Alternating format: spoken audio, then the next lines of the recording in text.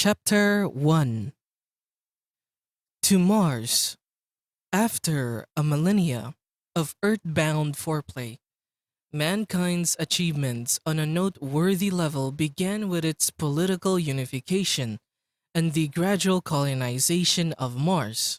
While the technology to colonize this world had existed for some time, political bickering, shifting agendas, and the sheer inertia of comfortable terrestrial usurping had made this step seem more distant than it actually was.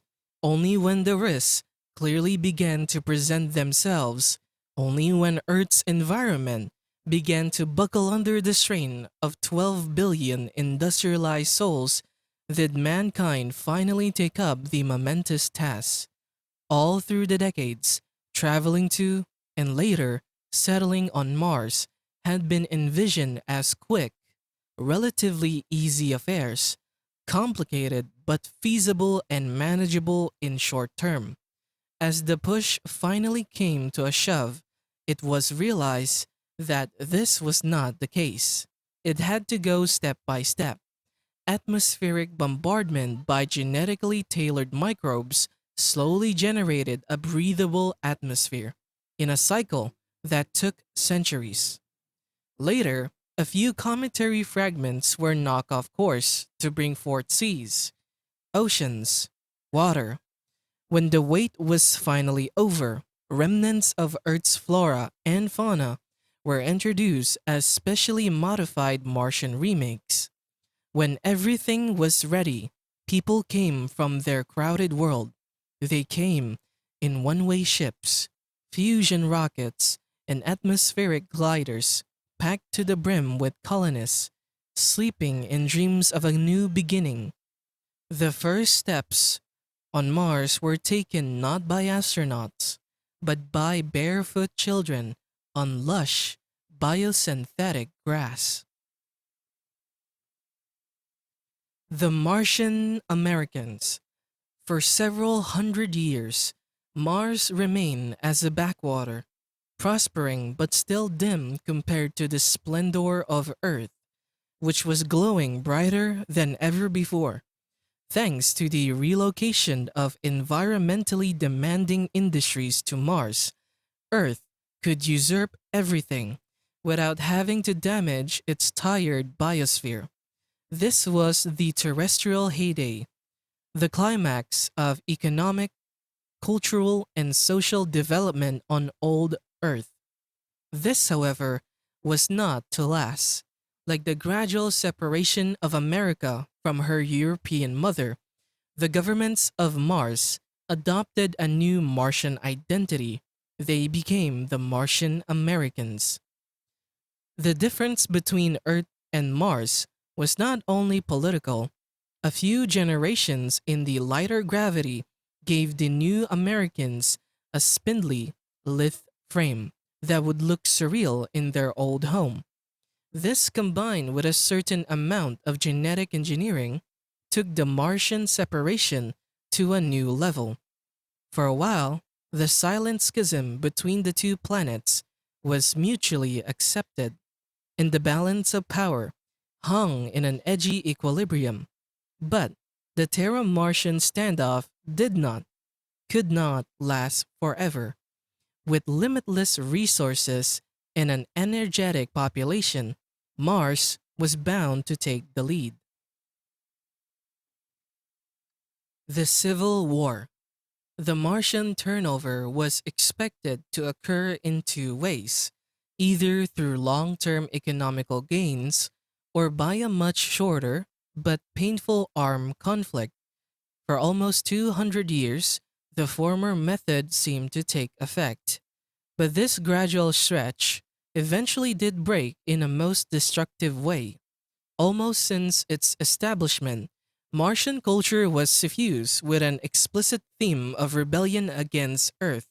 Songs, motion pictures, and daily publications repeated these notions again and again until they became internalized. Earth was the old, ossified home that held humanity back, while Mars was new, dynamic, active, and inventive, Mars was the future.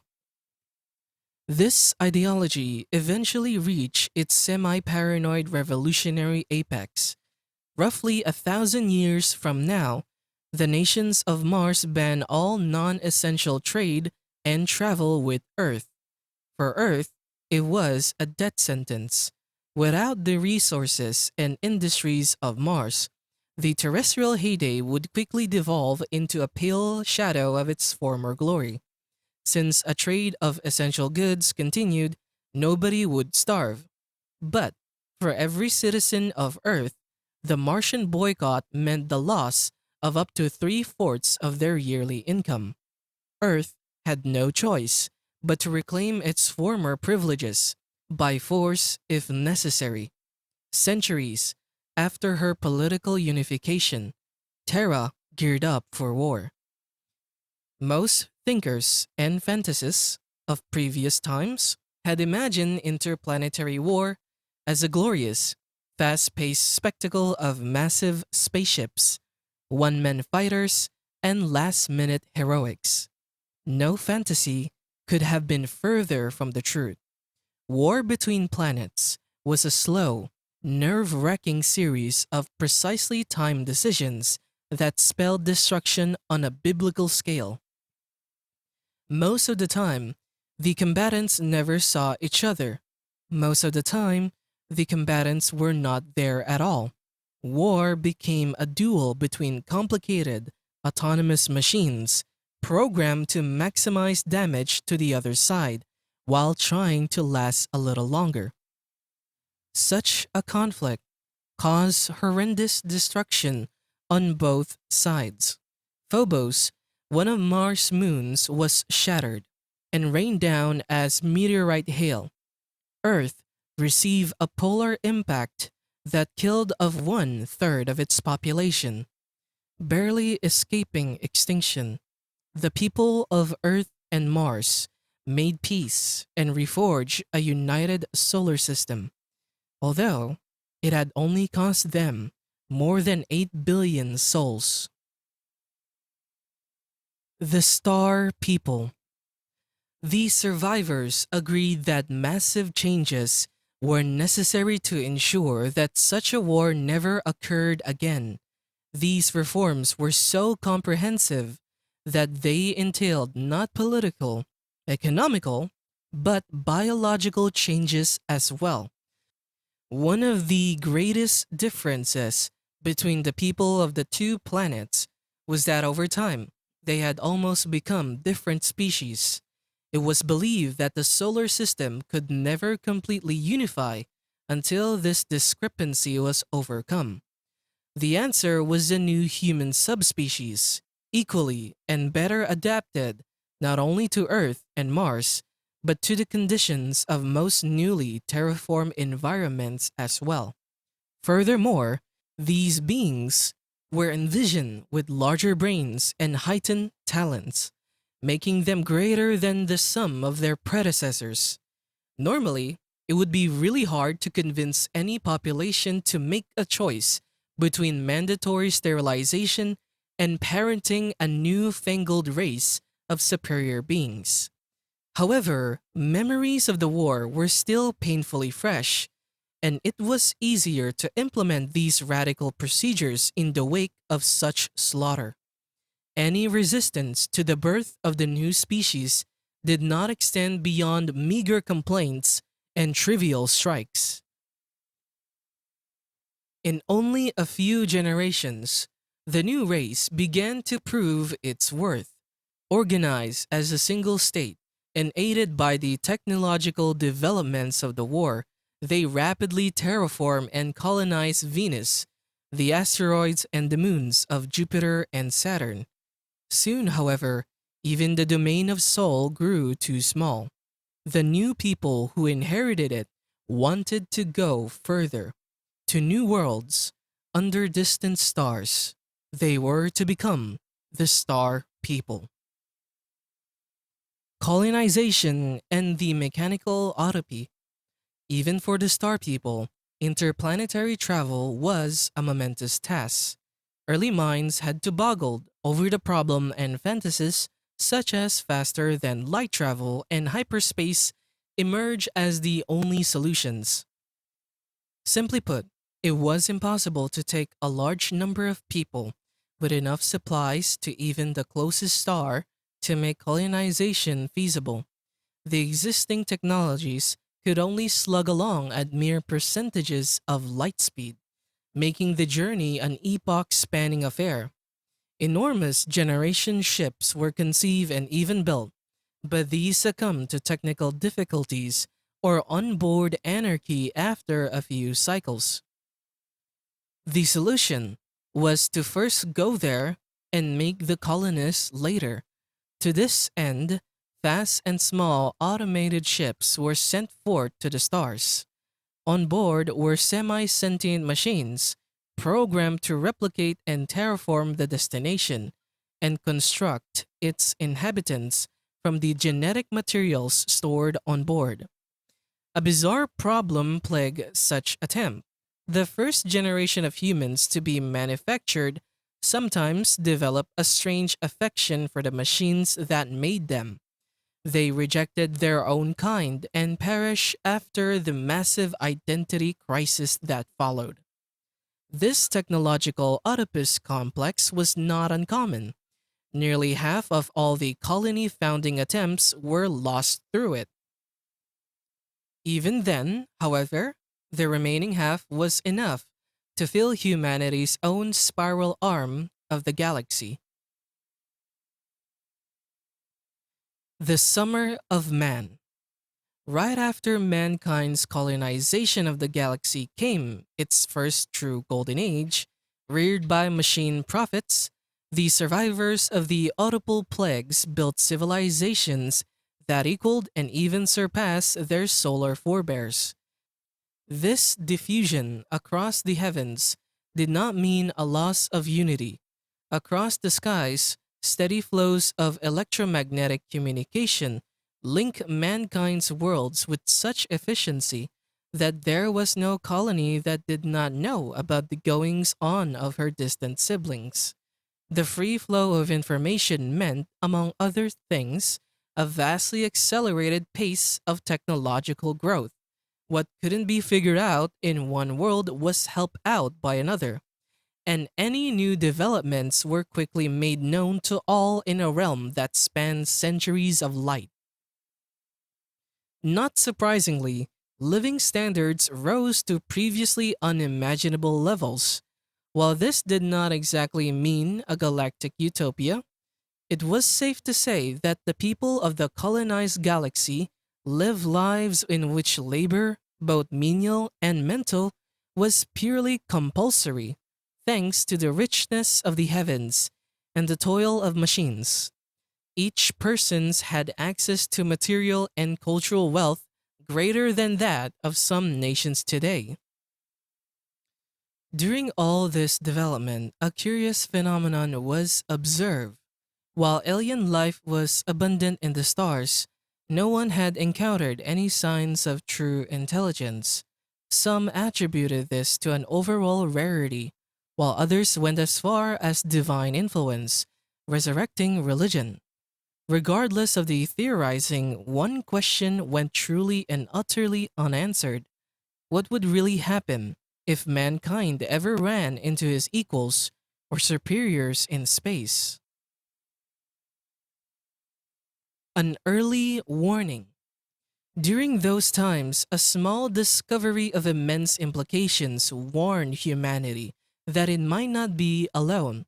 On a newly colonized world, engineers had stumbled across the remains of a puzzling creature, considered so because it had every hallmark of terrestrial animals on an alien planet.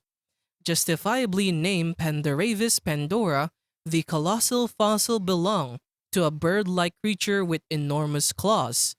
Later research determined it to be a highly derived therizinosaur from a lineage of herbivorous dinosaurs that died out millions of years ago on Earth. While every other large land animal on that colony world had three limbs, a copper-based skeletal system, and hydrostatically operated muscles. Pandaravis was a typical terrestrial vertebrate with calcium-rich bones and four extremities. Finding it there was as unlikely as finding an alien creature in Earth's own strata. For some, it was irrefutable proof of divine creation. The religious resurgence, fueled at first by mankind's apparent loneliness in the heavens, got even more intensified. Others, though, saw it differently. Pandaravis had shown humans that entities, powerful enough to visit Earth, take animals from there, and adapt them to an alien world, were at large in the galaxy. Considering the time gulf of the fossil itself, the mysterious beings were millennia older than humanity when they were capable of such things. The warning was clear. There was no telling what would happen if mankind suddenly ran into this civilization. A benevolent contact was obviously preferred and even expected, but it paid to be prepared. Silently, humanity once again began to build and stockpile weapons, this time of the interplanetary potency. There were terrible devices, capable of novaing stars and wrecking entire solar systems. Sadly, even these preparations would prove to be ineffectual in time. The Q. The first contact was bound to happen. The galaxy, let alone the universe, was simply too big for just a singular species to develop intelligence in. Any delay in contact only meant a heightening of the eventual culture shock. In humanity's case, this culture shock meant the complete extinction of mankind as it had come to be known. Almost a billion years old, the alien species known as the Q were galactic nomads, traveling from one spiral arm to another in epoch-spanning migrations. During their travels, they constantly improve and change themselves until they became masters of genetic and nanotechnological manipulation. With this ability to control the material world, they assume a religious, self-imposed mission to remake the universe as they saw fit. Powerful as gods, the Q saw themselves as the divine harbingers of the future. This dogma was rooted in what had been a benevolent attempt to protect the race from its own power. However, blind, unquestioning obedience had made monsters of the Q. To them, humanity, with all of its relative glories, was nothing more than a transmutable subject. Within less than 1,000 years, every human world was destroyed, depopulated, or even worse, changed. Despite the fervent rearmament, the colonies could achieve nothing against its billion-year-old foes, save for a few flashes of ephemeral resistance. Humanity, once the ruler of the stars, was now extinct. However, humans were not. Man extinguished. The worlds of humanity, gardens of terraform paradise, seemed strangely empty to the Q. Often there were no raw materials available other than people. Their cities and a few basic niches of ecology, populated by genetically modified animals and plants from Earth. This was because humans had erased the original alien ecologies in the first place. Offended by another race trying to remake the universe, the Q set forth to punish these infidels by using them as the building materials for their vision. While this led to a complete extinguishment of human sentience, it also saved the species by preserving its genetic heritage in a myriad of strange new forms. Populated by ersatz humans, now in every guise from wild animals to pets to genetically modified tools, the Q reigned supreme for 40 million years on the worlds of our galaxy. They erected kilometer high monuments and changed the surfaces of entire worlds, apparently to whim. One day, they departed as they had come, for theirs was a never ending quest, and they could not stop until they had swept through the entire cosmos. Behind them, the queue left 1,000 worlds, each filled with bizarre creatures and ecologies that had once been men. Most of them perished right after their caretakers left. Others lasted a little longer to succumb to long term instabilities. On a precious few words, descendants of people actually managed to survive. In them lay the fate of the species, now divided and differentiated beyond recognition.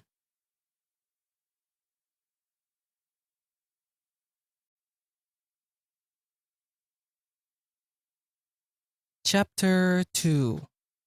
The Worms.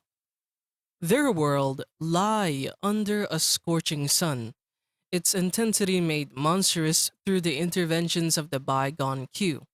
The surface lay littered with husks of dead cities, baking endlessly like shattered statues in derelict oven. Yet life remained on this unforgiving place.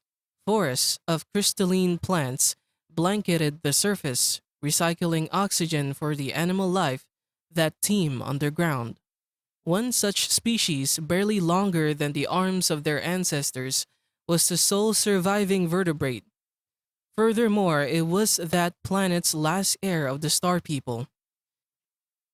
Distorted beyond recognition by genetic modification, they look for all the world like pale, overgrown worms.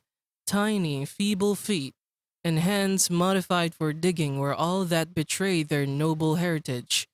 Aside from these organs, all was simplified for the life underground.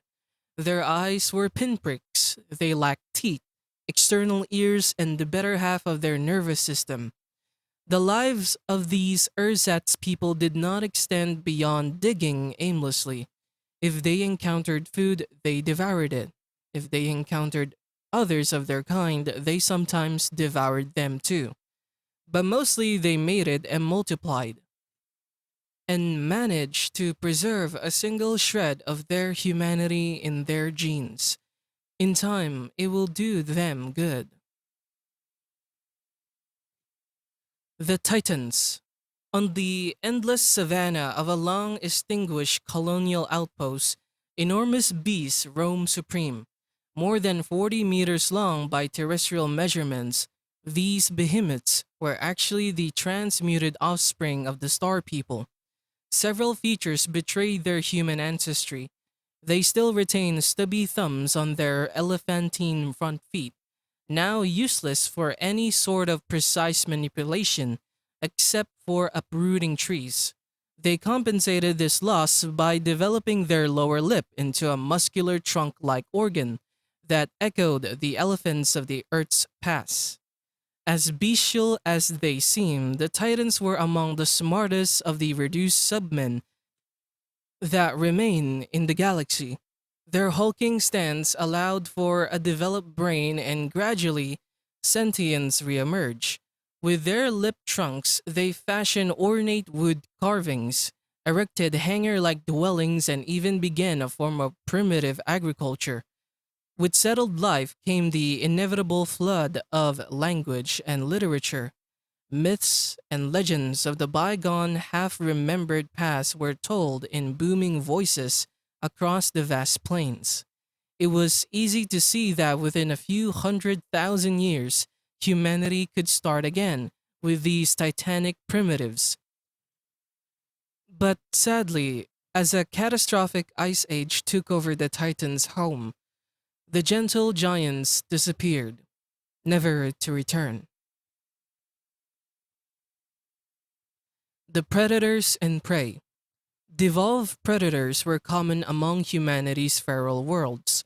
Most of the time, they resembled the vampires, werewolves, and goblins of bygone lore, hunting equally subhuman prey with a combination of derived weaponry. Some had enormous heads with large killing teeth.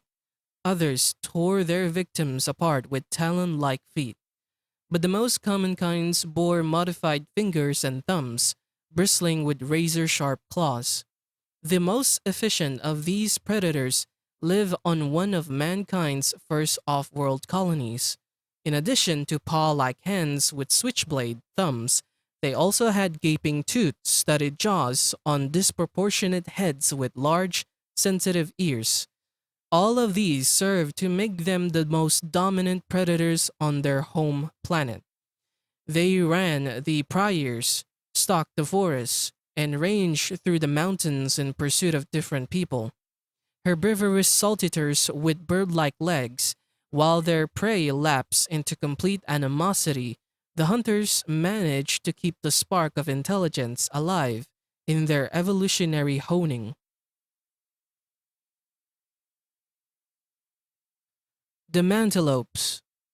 Not all developed people lapse into complete bestiality.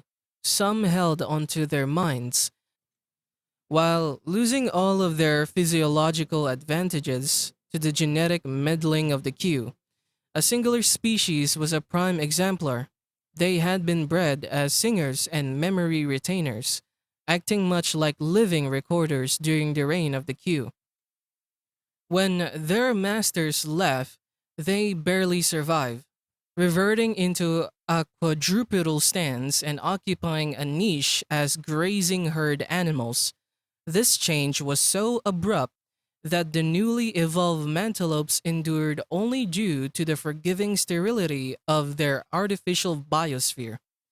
The mantelopes, equipped with full, if slightly numb, human minds and completely disabled animal bodies, live agonizing lives. They could see and understand the world around them, but due to their bodies, they could do nothing to change it. For centuries, mournful herds roamed the plains, singing songs of desperation and loss. Entire religions and oral traditions were woven around this crippling racial disability. As dramatic and detailed as any on bygone Earth, fortunately, the selective forces of evolution made their agony a short lived one.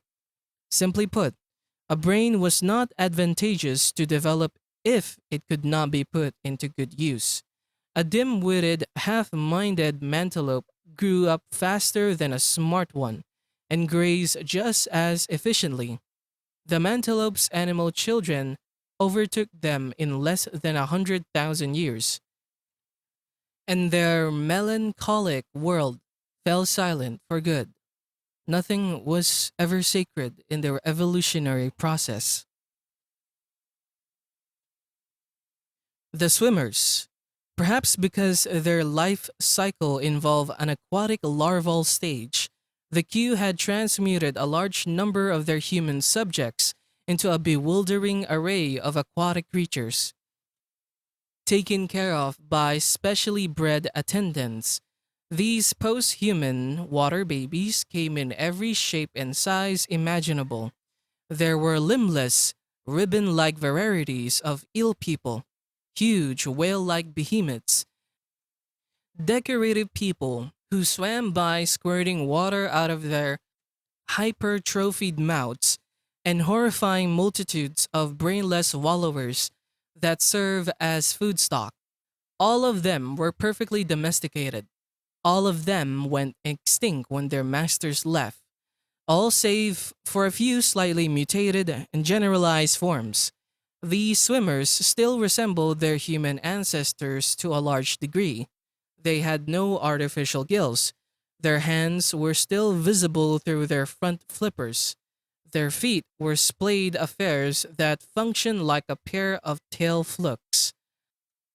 Recognizably human eyes peeked through their blubbery eyelids, and they spoke to each other, though not in words, and never in sentient understanding. For millennia, they swam the oceans of their ecologically stunted world, feeding on diversifying kinds of fish and crustaceans, survivors of the food stock originally imported from Earth, With the intervention of the queue gone, natural selection resumed. The swimmers became more streamlined to better catch their fast prey. The prey responded by getting even faster, or evolving defensive countermeasures such as armor, spikes, or poison. Their evolution back on track, the swimmers drifted further and further away from their sentient ancestry. They would wait, for a long time indeed, to taste that blessing again. The lizard herders. They were the lucky ones. Instead of unrecognizably distorting them as they had done to most of their subjects, the Q had merely erased their sentience and stunted the development of their brains. Distantly resembling their ancient forebears on Earth, the primitives led a feral life for an unnaturally long time. They never regained sentience after the Q left, despite having every incentive to do so. This was partially due to the total absence of predators on their garden world, resulting in no advantage for intelligence. Furthermore, the Q had made some small but integral changes to their brains, tweaking with the structure of cerebellum so that certain features associated with heuristic learning could never emerge again. Once again, the reasons for these baffling changes remain known only to the Q. The dumb people eventually settled in a symbiosis with some of the other creatures that inhabited their planet. They began to instinctively farm some of the large herbivorous reptiles, ancestors of which were brought from Earth as pets. Soon, the balance of mutualism began to tip in the reptiles' favor. The tropical climate of the planet gave them an inherent advantage, and they went a spectacular radiation of different species. They encountered no competition from the only large mammals on the planet. The brain neutered descendants of the starfarers faced with a reptilian turnover. The only adaptation the submen could muster was to slip quietly into bestial oblivion. The Temptor. In the Temptor's case, the remodeling was done with an almost artistic enthusiasm. How they managed to survive in their bizarre form was not clear. Their ancestors were used as sessile decoration, and through some miracle of adaptation they had endured. No human would have recognized them as their descendants. The females were beak cones of flesh some 2 meters tall. Rooted in soil like grotesque carnivorous plants, the males, on the other hand, resembled contorted bipedal monkeys. Unlike their mates, they were perfectly ambulatory. Dozens of them ran around the females' mounds like so many imps. Some would gather food, others would clean the females, while others would stand on guard for danger. Although their action looked purposeful, the males had no will of their own. In Temptor societies, females controlled everything, using a combination of vocal and pheromonal signals. They guided the masculine hordes into any number of menial tasks, while mating with the strongest, the most obedient, and the dumbest to produce even better drones. On certain periods, they would also give birth to a few precious females, who would be carried away by subservient males to root themselves. It was a terribly efficient hegemony that would certainly give rise to civilization in a matter of centuries, had fate not intervened. As a stray comet obliterated the Temptor's mound forests, one of humanity's best chances for re-emergence was cruelly swept away. The Bone Crushers.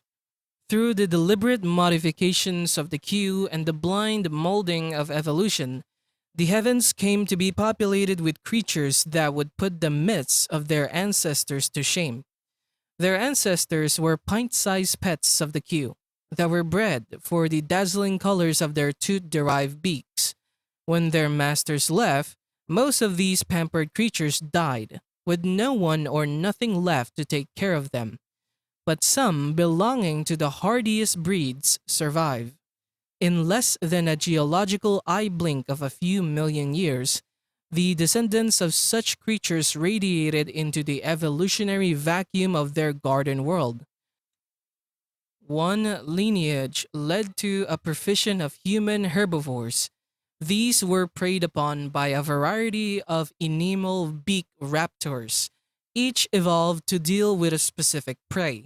Among these generalized niches were entire assemblages of specialized animals, resembling anything from ibis-billed swamp sifters to splendorous forms with bizarre crests that flared out of their toothy beaks. There were even secondarily sentient forms, in the shape of the ogre-like bone crushers. To an observer of today, they would indeed be the stuff of nightmares. 3 meters tall and hairy, sporting vicious thumb claws and enormous beaks that suited their scavenging diet. Despite their shortcomings, these corpse eating primitives were one of the first species to attain intelligence. And although primitive, a level of civilization, all of this proved the fallacy of human prejudice in the post human galaxy. A creature could feed on putrefying meat, stink like a grave, and express its affection by defecating on others, but it might be, as well be your own grandchild, and the last hope of mankind.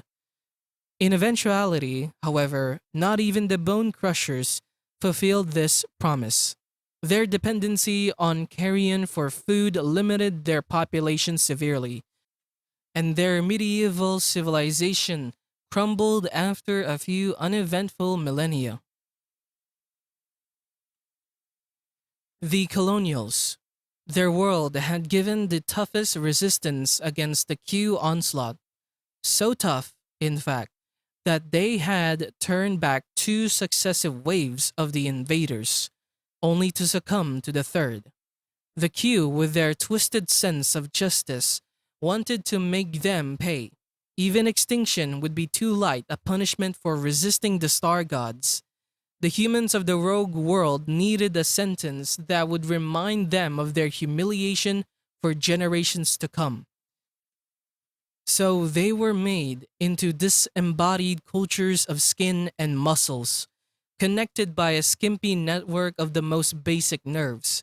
They were employed as living filtering devices, subsisting on the waste products of the Q civilization, like mats of cancer cell, and just to witness and suffer their wretched fate.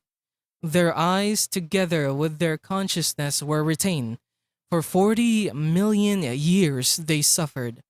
Generation after generation were born into the most miserable lives while absorbing the pain of all that they were going through. When the Q left, they hoped for a quick extinction.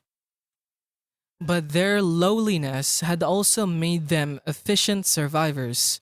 Unchecked by the Q, the colonials spread across the planet in cult-like fields of human flesh. After an eternity of tortured lives, the human fields tasted something that could almost be described as hope. The Flyers. They were not uncommon at all in the domain of Q. At least a dozen worlds sported human-derived flying species of one kind or another. Most resembled the bats or the pterosaurs of the bygone past, dancing through the ether like angels or demons, depending on the point of view. There were a few bizarre kinds relied on swollen gas glands for flotation as well. Sadly, most of these creatures were already too specialized to be anything but flyers. They had forsaken their humanity for the conquest of the sky. They had little potential for further radiation beyond their limited roles. The only exception proved out to be a monkey-like species that flew on wing membranes stretched across the last 2 fingers. Their advantage was huge. Turbine-like heart, artificially developed during the regime of the Q. No other human flyer in the galaxy had such adaptation. The starfish shaped organs sat in the middle of their chests, directly funneling oxygen from the lungs to the bloodstream in a supremely efficient way. This meant that the flyers could develop energy consuming adaptations, such as large brains, without having to give up their power of flight. Not that the flyers were going to reclaim their sentience right away. Instead, they literally exploded into the skies, filling the heavens with anything from bomber sized sailors to impossibly fast predators that race with sound. Their world was pristine, and there were plenty of niches to play in. Intelligence could wait a little more. The hand flappers. Some flying posthumans reapproach sentience in an entirely different way. Without the augmented metabolism or the gravitational advantages of their siblings on distant planets, they had no choice but to give up their power of flight in order to develop further. The hand flappers were one such species. Their wings, once used for butterfly like flutters in the unearthly gardens of the Q, had shrunken and reverted back into their manual conditions. Their legs were likewise readapted, but they bore a spilled awkwardness from their perching ancestry. Only a singular and almost sadistically simple flaw held them back from developing civilization. In the course of their secondary atrophy, the wings of the hand flappers had become useless as hands as well. Their flag like appendages were very useful in signaling and mating dances, but they couldn't hurl missiles, construct shelter, or even manufacture basic stone tools. All that they could do with their useless hands was to display each other's sexual availability, so the hand flappers did just that, flashing and dancing their way to oblivion.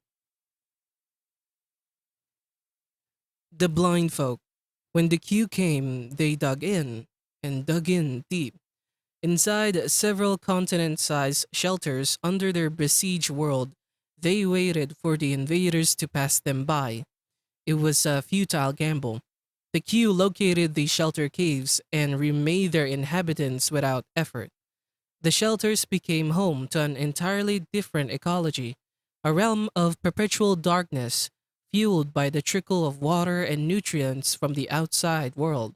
A surprisingly complex ecology developed on this scant resource. Gigantic, pale insects, the descendants of common household pests, competed with dahlia-esque birds and rodents over fields of overgrown fungi. Predators were not uncommon. Almost crocodilian fish patrolled the underground streams, and vast blind bats, echolocating with unnerving precision, took their toll on the residents of the cave floor. The kilometer high ceilings of the shelters glowed in the dark with protean constellations of bioluminescent fungi, and in some cases, animals. People were present here as well, albeit in unfamiliar forms. They were more often heard than seen.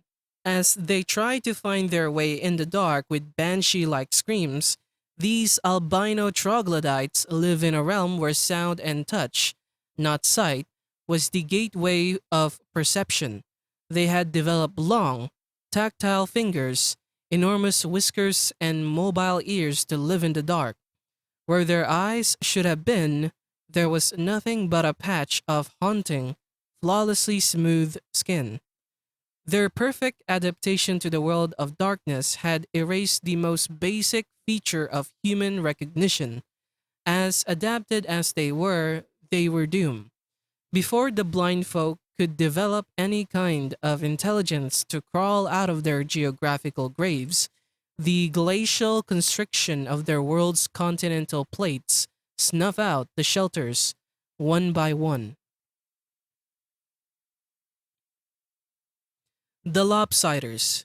The Q were grotesquely creative in their redesign of the human worlds.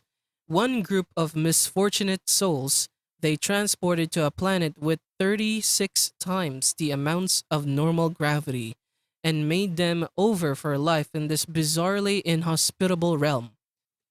The results of these experiments resembled nightmare sketchings of Bosch, Dalai, or Picasso. They look like cripples squashed between sheets of glass.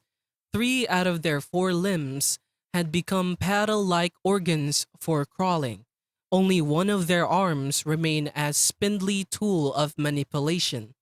This singular wizened limb also doubled as an extra sensor, like the antenna of an insect.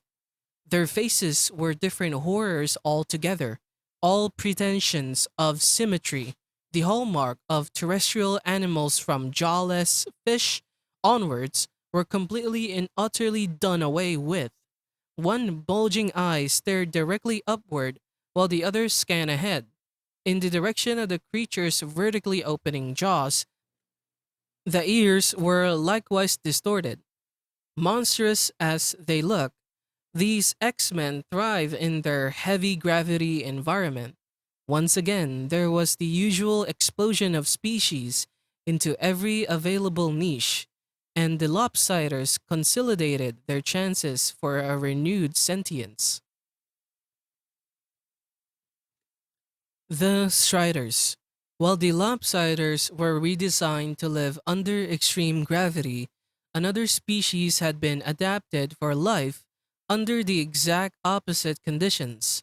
On a Jovian moon with one-fifth of Earth's gravity, it was a world of wonders, where even the grass grew almost 10 meters tall, and the trees were beyond belief. Towering to sizes attained only by the skyscrapers of antiquity, in these surreal forests live equally spectacular fauna, the descendants of pets, pests, and livestock of humans, who in turn had been reduced to animosity as well. One could see them in the league tall forests, almost dancing among the trees as they reared higher and higher to browse. Their arms, legs, and necks had been stretched impossibly thin. Great flaps of skin blossomed throughout their bodies to dispense waste heat. Sometimes they would even change their color in order to reflect light and keep cool. Overheating was a great problem for their grotesquely tall, thin bodies. Although imposing, these geocometan rates were overdeveloped as to be sickeningly fragile. Even on their gravitationally forgiving world, a fall could shatter their bones, and slipping down from a branch would prove to be fatal. Sometimes on the open plains, even a strong wind could bring them down like the toppling mass. They survive entirely due to the merciful conditions of their garden world, which were about to change drastically.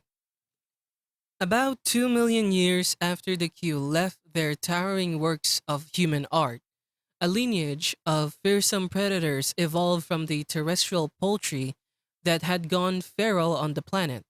Resembling attenuated versions of their dinosaur ancestors, the predators swept through the garden world like wildfires, extinguishing any species too fragile to escape or resist. The peaceful, delicate striders were among the first to go. The parasites. Humanity had diverged into two separate lineages on their world. On one hand, there were several races of almost Australopithecine cripples, degraded by the Q for managing to turn back their initial wave of invasion. Yet simple atavism was too light a punishment for them. Their twisted relatives, the parasites, made up the second part of their sentence. There were actually several kinds of parasitic X people, ranging from tortoise-sized ambulatory vampires to the more common fist-sized variety that live attached to their hosts. There was even a tiny endoparasitic kind that infested the wombs of their female victims, like ghastly living abortions. All of these evolutionary tortures were played out under the careful scrutiny of the Q for 40 million years. The punishment was so baroque, so elaborate that most of the artificial parasite host relationships died out when the Q left. Some submen learned to cleanse their tick like relatives by drowning, burning, or even eating them. Others, like the vaginal parasites, died out as their aggressive method of parasitism effectively sterilized their hosts. Yet one or two varieties did manage to cling on to their hosts with abdominal suckers, muscular gripping limbs, and sterile pain soothing saliva. But their success did not lie entirely in the strength of their parasitical advantages. They also learn to regulate their dumb hosts, not killing them by overinfestation, and thus ensuring their own long term survival as well. In any case, totally single sided relations were rare in any ecology, natural or artificial. In millennial cycles, the cousin species' vicious parasitism began to give way into something more beneficial for both sides. The finger fishers. Their ancestors were trapped on an archipelago world, a planet sprinkled with many small continents and countless islands over interconnected networks of calm, swallow seas. Like a magnified Aegean, this place was a terrestrial paradise in many respects. Except that after the queue, no minds were left to enjoy it. On this vacant biosphere, evolution was quick to begin her blind, unpredictable dance. Once feral, the descendants of degenerate humans adapted themselves to every available niche, no matter how exotic, how outlandish. One group learned to pluck fish from the lazy shores. Millennia passed and they settled more into their piscatorial lifestyle. Elongated fingers became ambulatory fishhooks. Teeth, modified for a generalized diet, became needle like affairs. Line up neatly in a long, thin muzzle in less than a few million years, the finger fishers established themselves as a prominent lineage.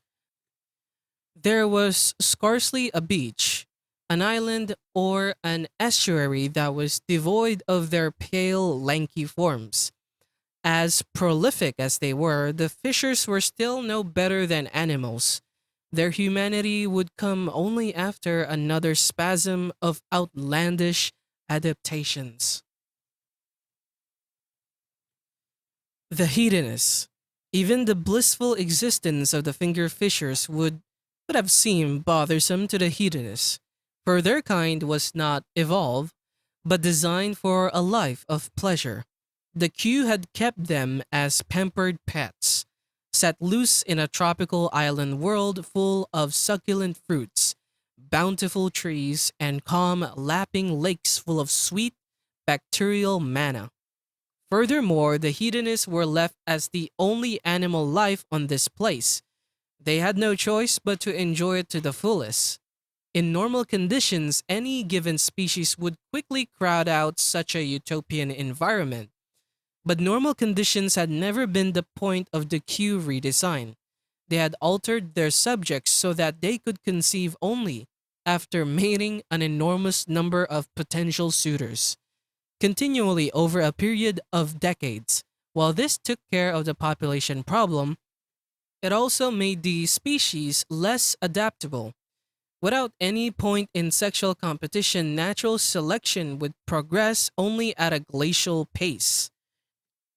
Fortunately, their stable microcosm remained free of environmental catastrophes, even after the Q left. The insectophagy, nondescript, quaint human species abounded in the post Q galaxy. Hundreds of them live out simple, unnoticed lives, never developing to become sentient, never learning their true heritage as star-born human beings. Most of them went extinct, not to be missed or even remembered. Those that lingered on managed to survive in shady, quiet niches, never again making any impact on the celestial scheme of things. One such species was the insectophagy. They had quietly adapted themselves for a diet of colonial insects and small animals. They had faces covered with leathery plates, claw like hands to dig out prey, and worm like tongues to scoop them up. All in all, they weren't special in any particular way, but a combination of galactic invasions, coincidence, and pure luck would later make them the longest enduring of all your starmen. The meek would inherit the cosmos, though not just yet. For now, the insectophagy were concerned only with the location of insect colonies and the onset of the mating season. The Spacers.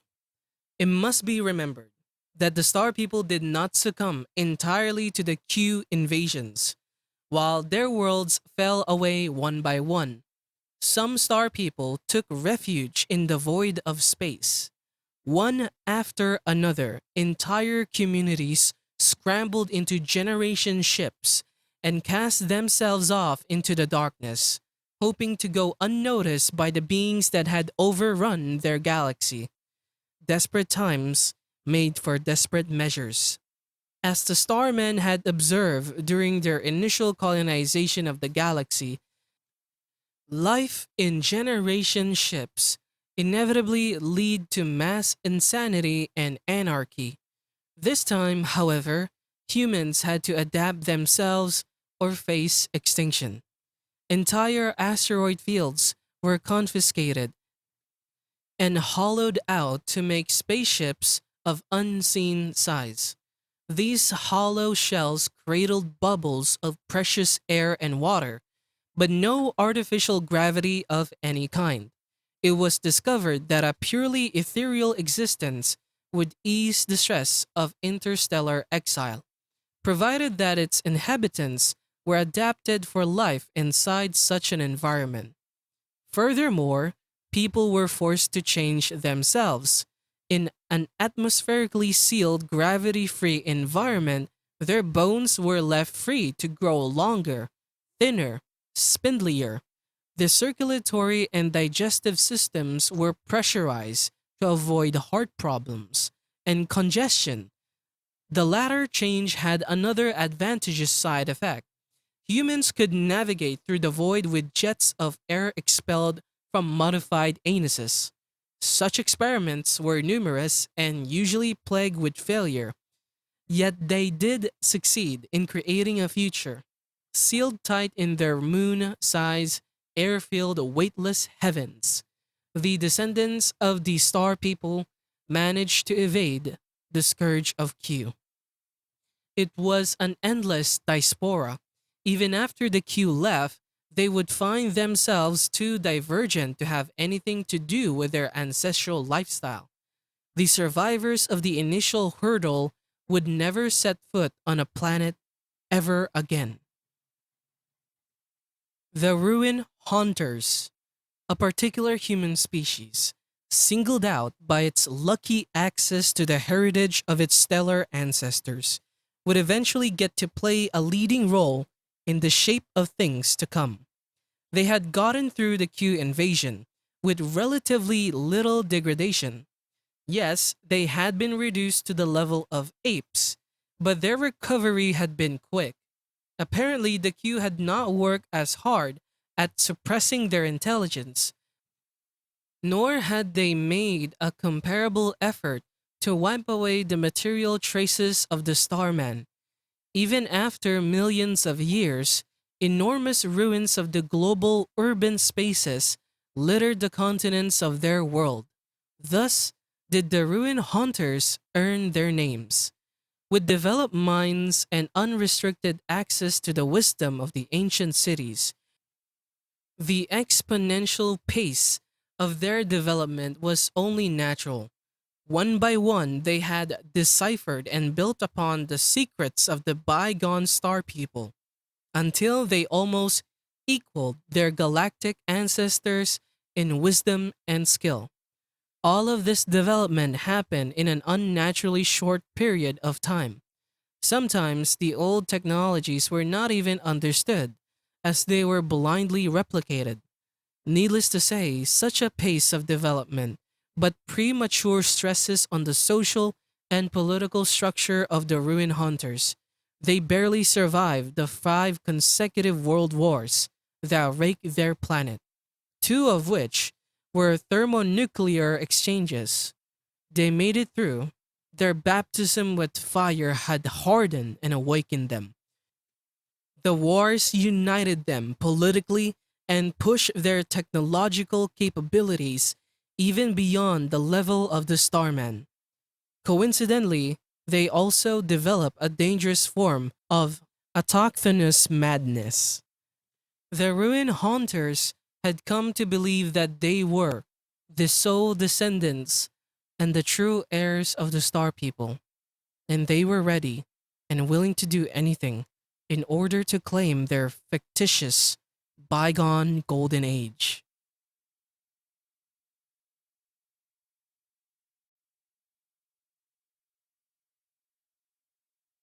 Chapter 3: Sentience Reborn.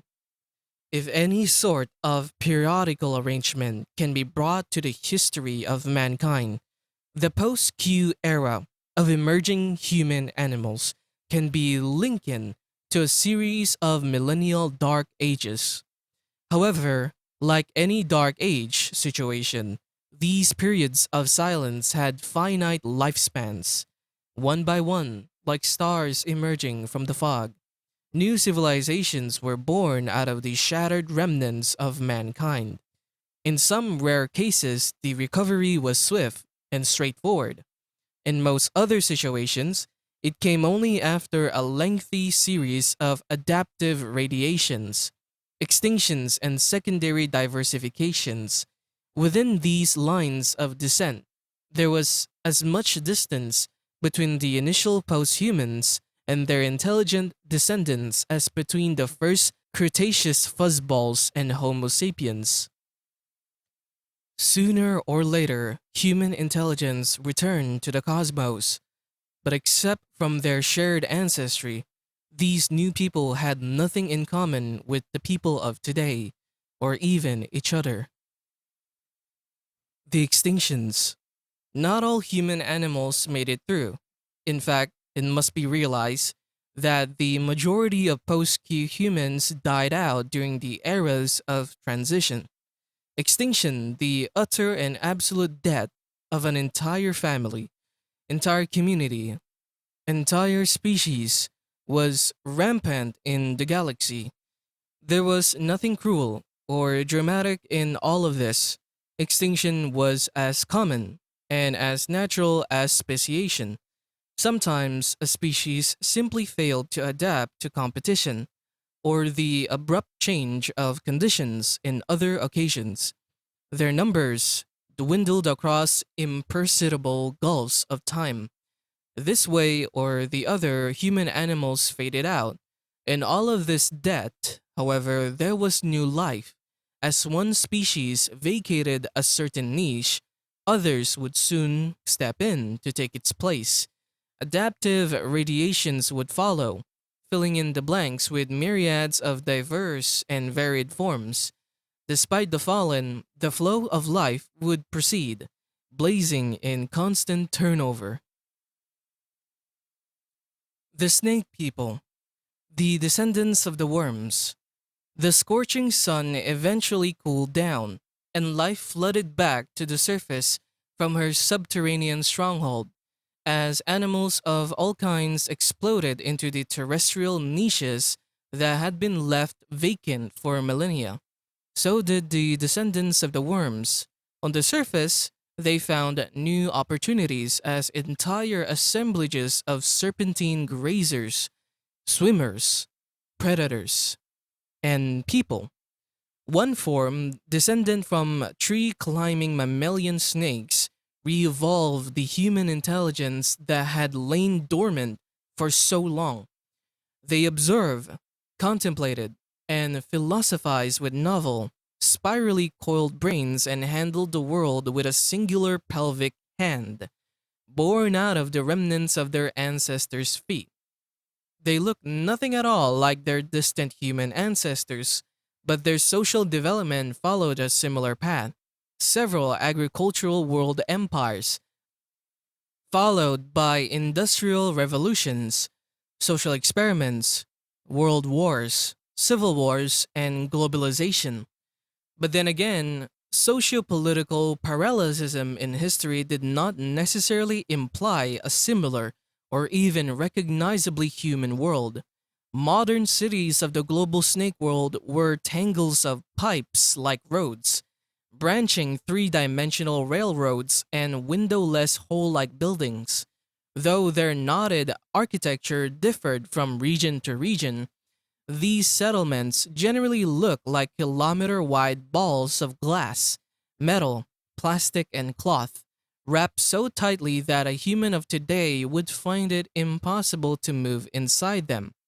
Plazas and open areas were totally absent, as they presented navigational obstacles and areas of insecurity. Their evolutionary background in the trees had made the snake people into borderline agrophobes. None of these, of course, was unusual to the snakes in any way. Their relatively alien lifestyle was as particular to them as ours is to us. All across their world, the arterial cities throb with people, each with their own joys, sorrows, and chores, living out lives as human as any other intelligent beings. The killer folk, descendants of the human predators. The carnivores also rebounded into civilization. Their journey involved a series of changes during which they lost the adaptations that had allowed them to endure as the top predators of their world. The saber teeth, once used for slashing through sinew and trachea, became fragile and thin, useful only as organs of social display. The hook-like thumb claws were also reduced, but not deleted. In their place, the last two digits rotated perpendicularly to become newfangled graspers. All this gracility, however, did not mean weakness. Although they were no longer specialized for hunting, the killer folk could still kill with their bare hands, but only if they really wanted to. What enormous claws and teeth could not do, they could easily achieve with bow, arrow, flintlock repeater, or gas rifle. Their descent from predators gave the killer folk a unique social profile. Almost all of their religions had rituals allowing for periods of completely natural, animalistic hunts and duels. This necessity of venting these atavistic urges also led to the formation of religious hunter nobilities, privileged warriors who were skilled in the arts of hunting, war, and murder. Entire societies were assembled underneath these ruling classes. Orderly communities that erupted once every year into an orgy of death, sex, and prayer. For thousands of years, nomadic warriors, together with their vast herds of once human livestock, chased and battled each other across a chessboard of continents.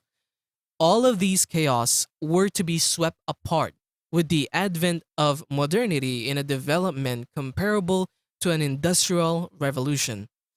One nation of pack of killers devised methods of settled, intensive factory farming, organized state structure, secularism, and technological leapfrogging were quick to follow.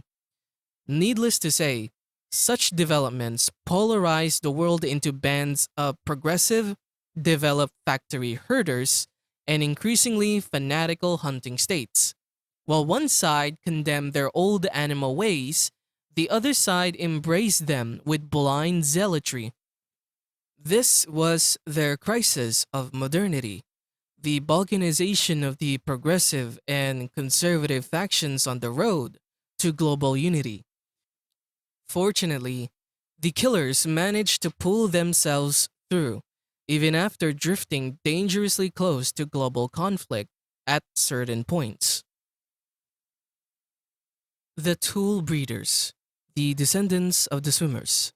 They used to be simple creatures, descendants of a battered people that had taken to the sea. Their remote sapiens ancestors would have given such beings no chance of a sentient comeback, for they thought that technological advances were impossible in the fluid medium of the oceans.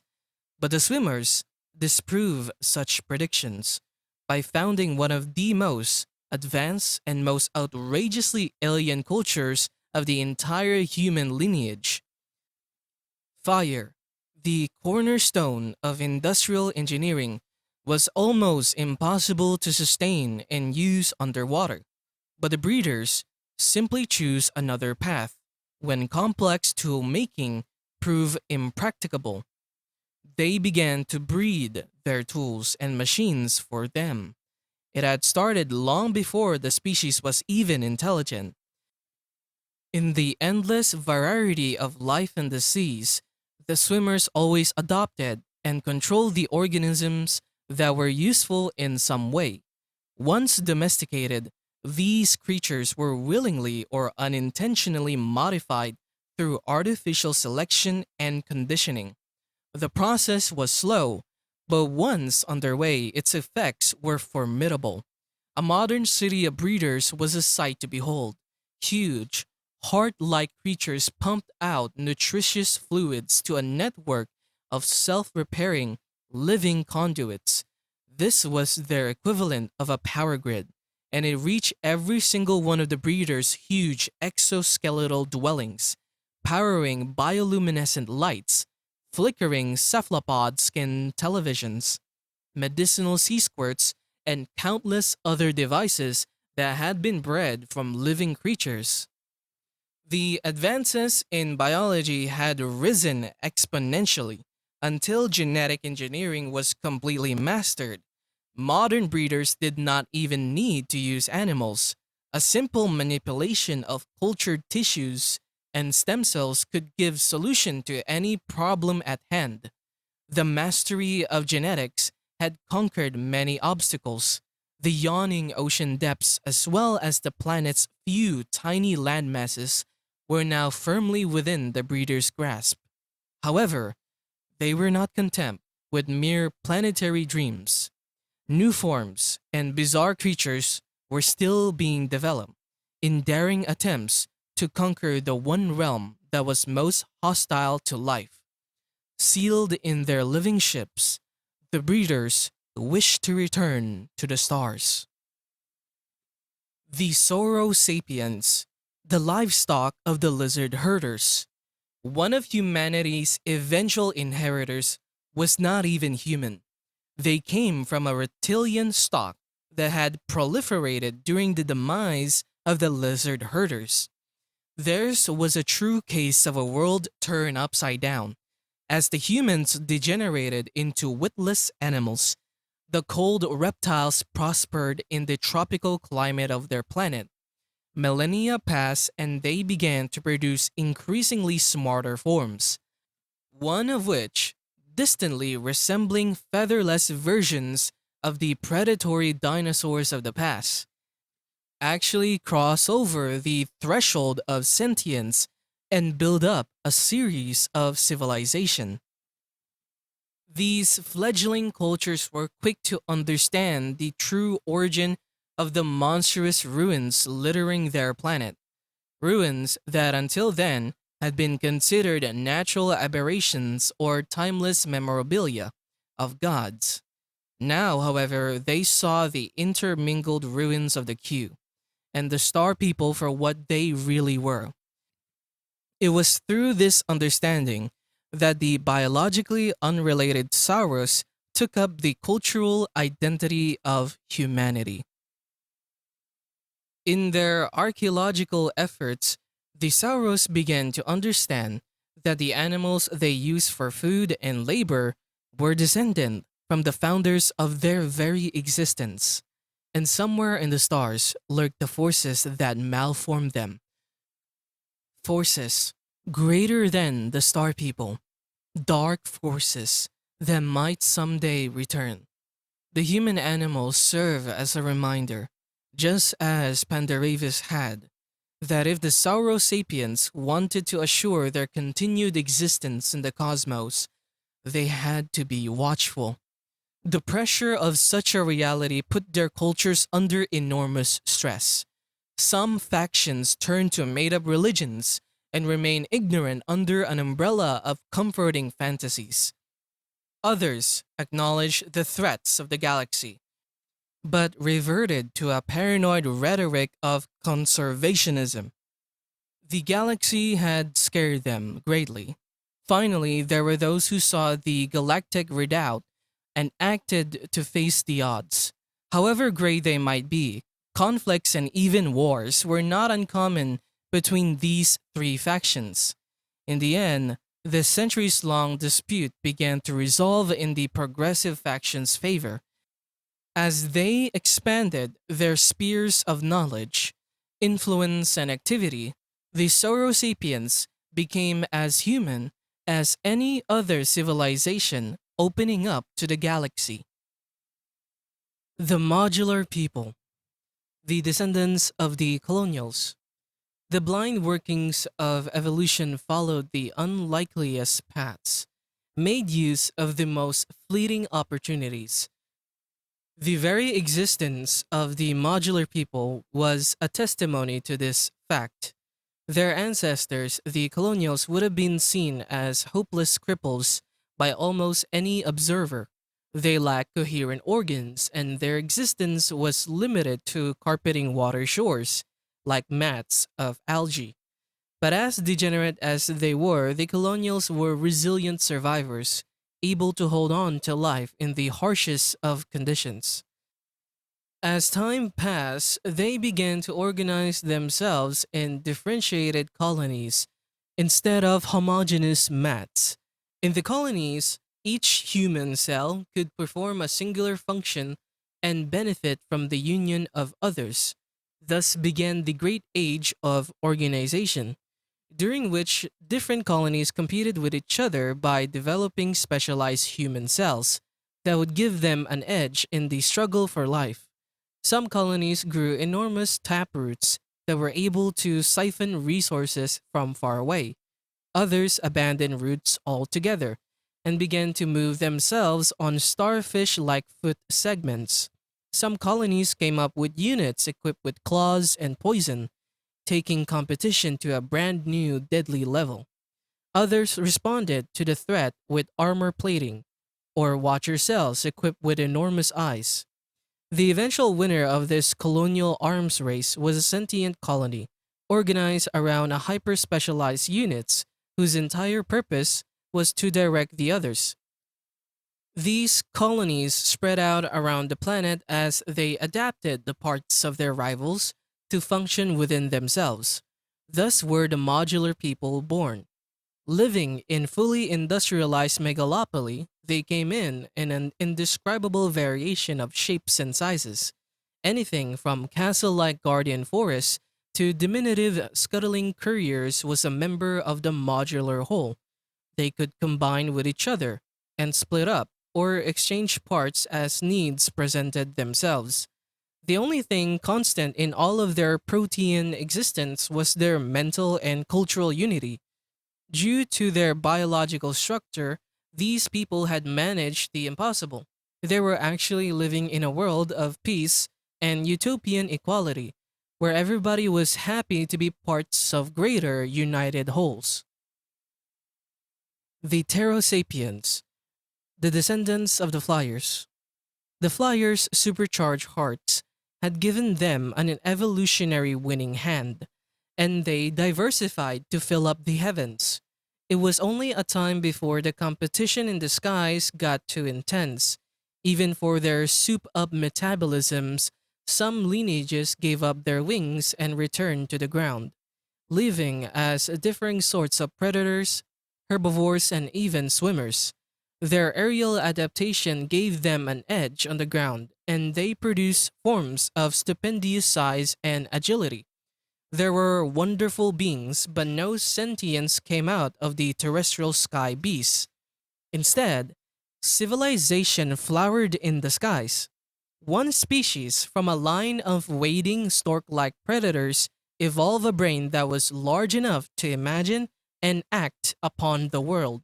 Their feet, already versatile to catch slippery, swamp dwelling prey, got even more articulate and assumed the role of hands. As a compensation, they lost some of their aerial streamlining.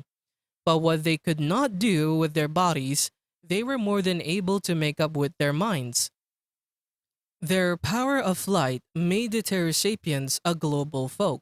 Before they could invent nations and borders, with such an inherent ease of travel, ideas and individuals diffused too fast for social differences to ossify.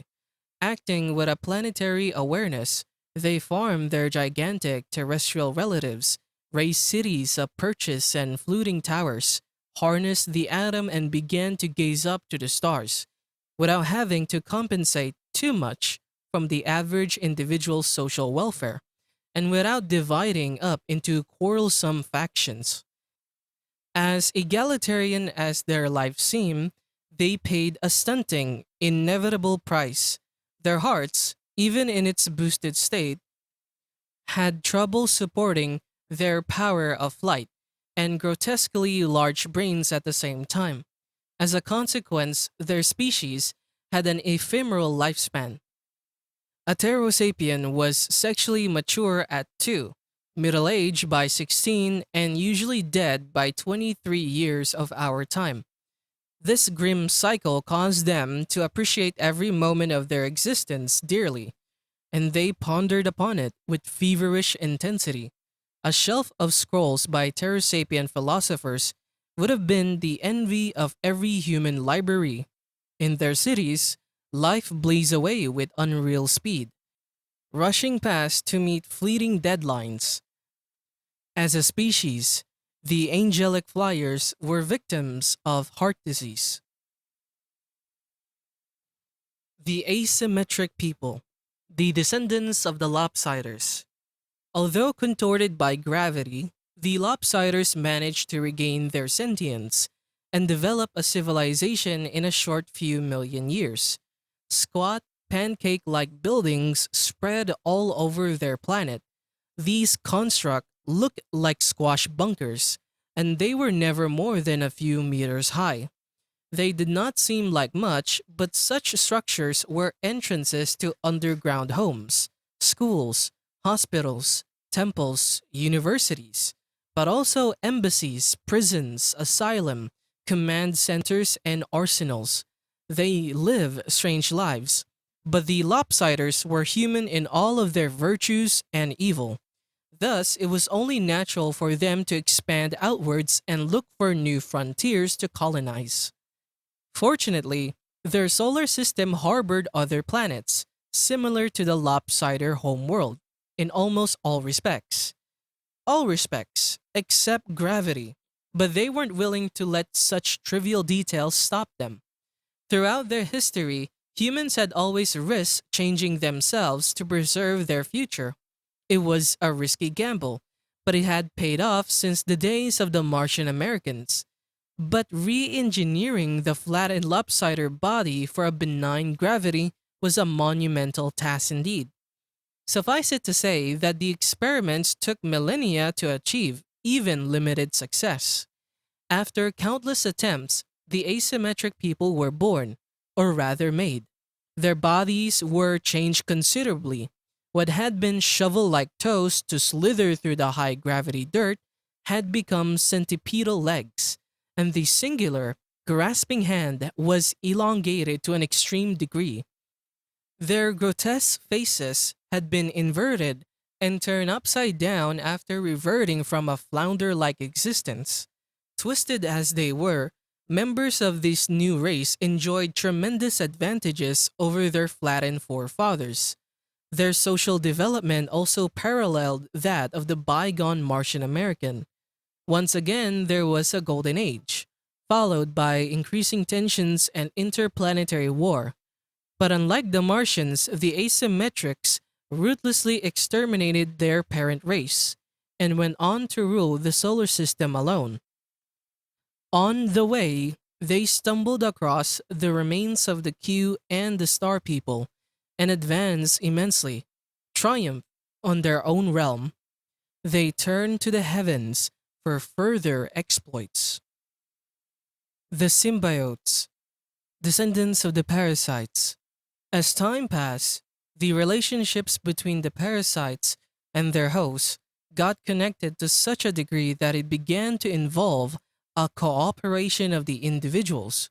These were no longer single sided relationships. In exchange for the host's nutritious blood, the parasites offered their heightened senses as an early warning against predators and other hazards. A great arms race of symbiotic relationship thus commenced. Certain parasites offered their hosts larger eyes, others sharper senses of smell, hearing, or even additional defensive weapons in the shape of venomous saliva, malodorant sprays, or an extra bite. The host returned the favor with longer running legs, stronger bodies, and specialized ergonomic nesting sites rich in blood vessels and covered in insulating fur. Different complexes of parasite and host species evolve, compatible only amongst themselves. The development of such creatures was in a way reminiscent of the great modular colonies, thriving on their own world light years away. But unlike the modulars, the component of the symbiotes belong to different species. Instead of modified variations of the same basic organism, in eventuality both relationships led to the same point: sentience. In the secluded forests of a certain continent, a new parasitic species developed. They did not have the ballistic poison sprays, infectious stings, or the grossly hypertrophied arm claws of their relatives. Instead, these parasites offered a simpler bargain: an ability to think in return of total submission. Initially, this relationship was more like a horse and its rider, but after a few 100,000 years, the symbiotes could manipulate their hosts like puppets through a combination of tactile and olfactory signals. A few more millennia, and these combined beings develop an order not unlike our own, complete with countries, politics, and even war, albeit reduced in the newly globalizing world culture.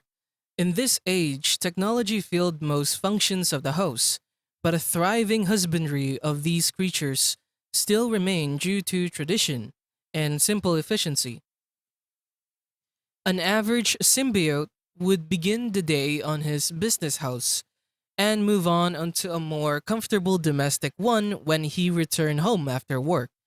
And perhaps on the olfactory television, he would smell the news of the excavation of the million-year-old Q ruins, of the marvelous discovery salvaged from the Starman wrecks, or of the enormous radio arrays that rose everywhere to listen to the stars.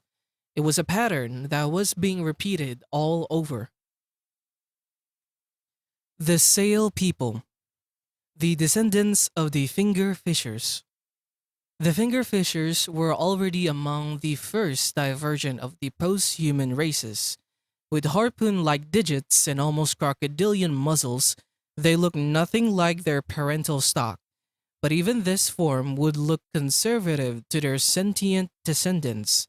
With many small scattered islands, isolated subcontinents, and differentiated niches, their homeworld was an evolutionary cauldron where isolated members of certain species could, under the right circumstances, evolve into wildly different forms.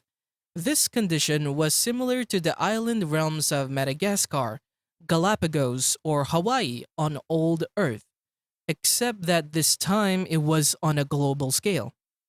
Some descendants of the fishers trapped on lonely islands grew smaller and developed their fishing claws into graceful wings. Others took directly to the sea, and became the analogus of whales, dolphins, and mosasaurus.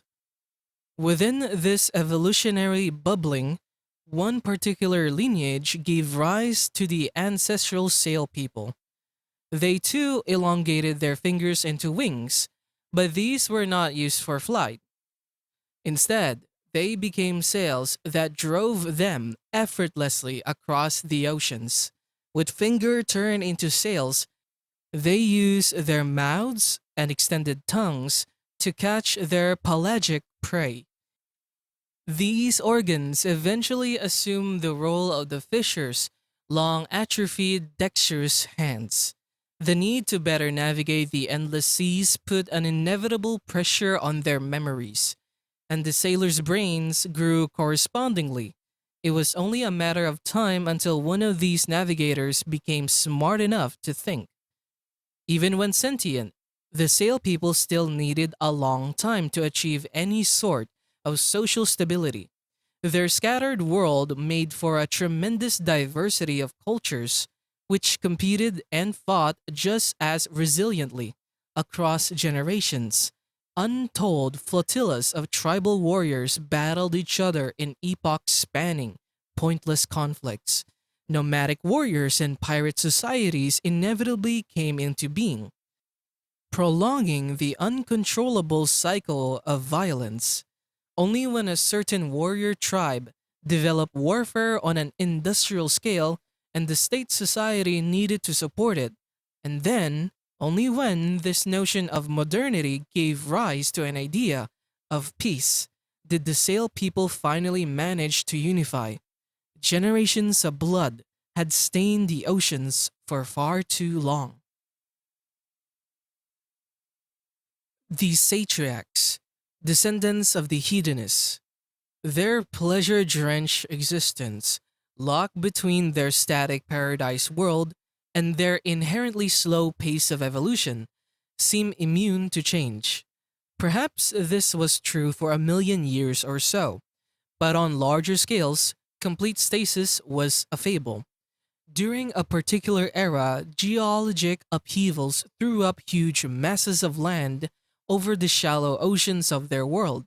The hedonists, until then trapped on a singular island no bigger than today's Iceland, were not late to colonize these new pastures. This was more of a necessary exodus, since the events that raised the new lands had also thrown up enormous clouds of ash that smothered the atmosphere and blocked out the sun. Their innocence finally spoilt, most of the hedonists died out, unable to adapt. The only survivors were fast breeding freaks who had abandoned the reproductive quirks of their ancestors. It was these forms that colonized the newborn continent and gave rise to a multitude of species, which included the Satriacs, sentient heirs to the hedonists. These beings resemble their ancestor to a great degree, except that now they sported enormous tails, boneless organs of balance woven out of their extended pelvic muscles and fat. Along this appendage, their entire bodies were reoriented in horizontal, almost dinosaurian postures. Although they had abandoned the frantic reproductive strategies of their ancestors, their social lives still retain a delightful tint of casual promiscuity.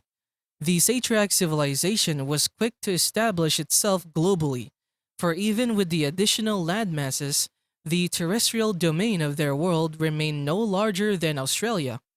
For a while, three and then two land empires competed with each other, before dissolving into a myriad smaller nations and finally reunifying into a coherent world order.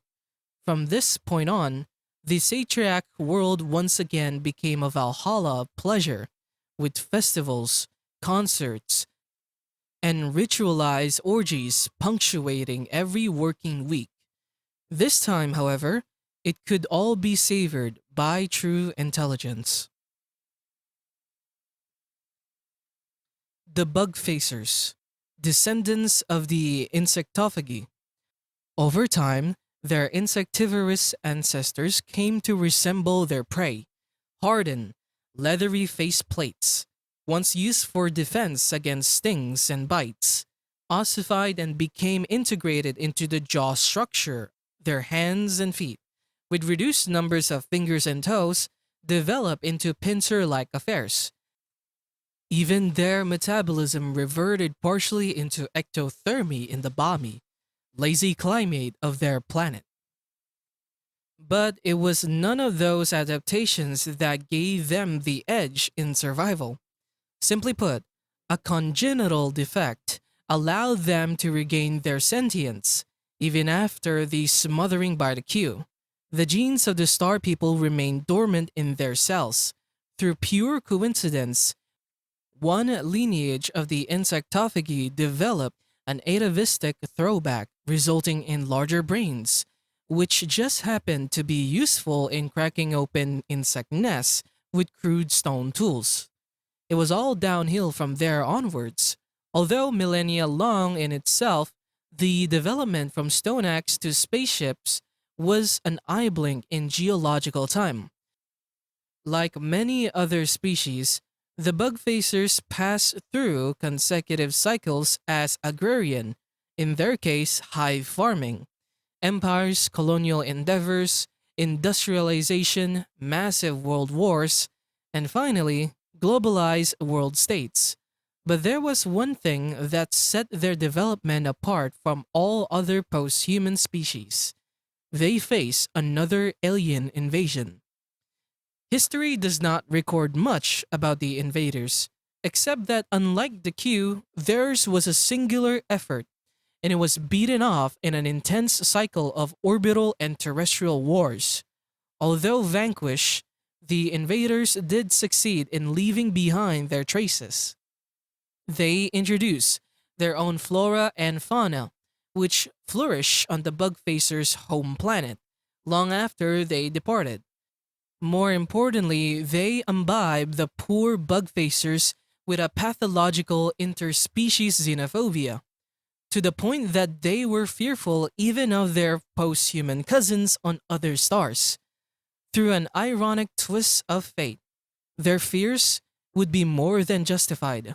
Though not just yet, the bug facers still had time. The Asteromorphs, descendants of the Spacers. Initially refugees, the Spacers were quick to master the vastness of interstellar space. Their isolated space arcs joined together and multiplied to form a gigantic, interlocked artifact that was large enough to contain entire worlds. But no planets lay inside the asteromorph capital, only cavernous, gravity free bubbles where the inhabitants could finally develop to their fullest. Freed from the constraints of weight, their bodies grew spindly and insectile, with individual digits extending into multitudes of thin, versatile limbs. Other than these, the only developed organs were their derived jet sphincters, which went on to become the principal means of locomotion. But above all were their brains, their bulging swollen brains. With no hindrance from gravity, the human brain could grow into unprecedented sizes. Each generation devised experiments that produce offspring with greater cranial capacity, giving rise to beings who went through their everyday lives thinking in concepts and structures scarcely comprehensible to people of today. The physiological limitation of the human mind had been long since debated.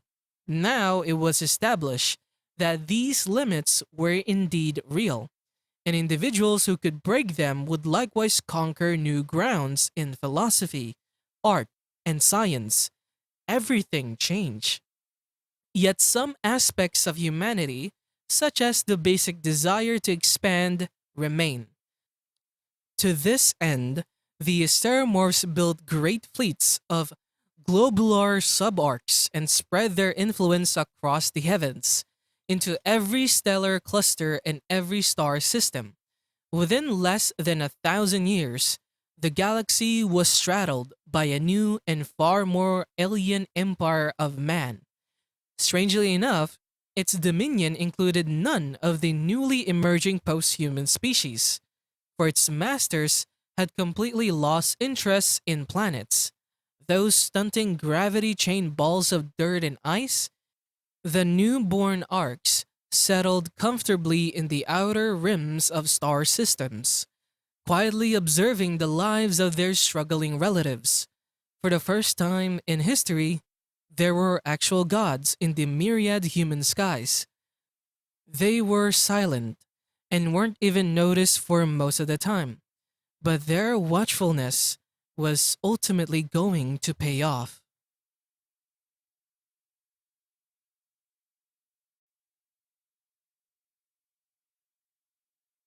Chapter 4 and the final chapter. The Second Galactic Empire. Over time, the sentient post-humans began to reach out to the galaxy. They inevitably stumbled across the ruins of the Starmen and figured out their interstellar ancestry.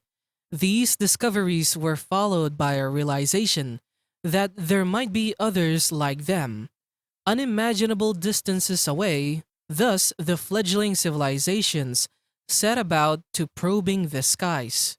The contacts, all established by radio communication, were not spread out evenly. The empire began little more than a few million years after the Q left, with the first dialogue between the earliest killer folk and the satraps. A few thousand years later, they were joined by the tool breeders, hailing from the ocean depths through living radio arrays. The second wave of sentient species joined in during the following 10 million years, as the modular whole, Pterosapiens, and the fledgling asymmetrics contacted their celestial cousins.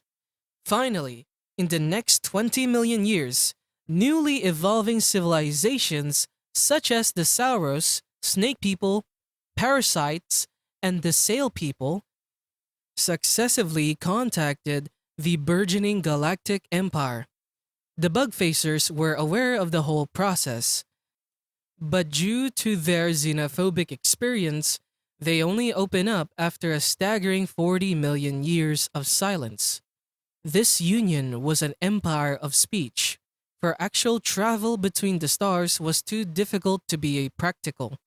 Like the bygone colonies of the Starmen, the post-humans cooperated through the unrestricted exchange of information and experience. Although covering every aspect of an astonishing variety of cultures, the Empire's efforts focus on two main issues: political unification, though not homogenization, and galactic awareness, constant readiness for possible alien invasions. Everybody had come across the remains of the mysterious Q. Nobody wanted a repeat of the same scenario. When the Second Empire ran into the Asteromorphs, who had silently saturated the galaxy with their own empire of man, they feared the worst. But luckily for them, the godlike beings were not interested in the Second Empire, nor any of its worlds.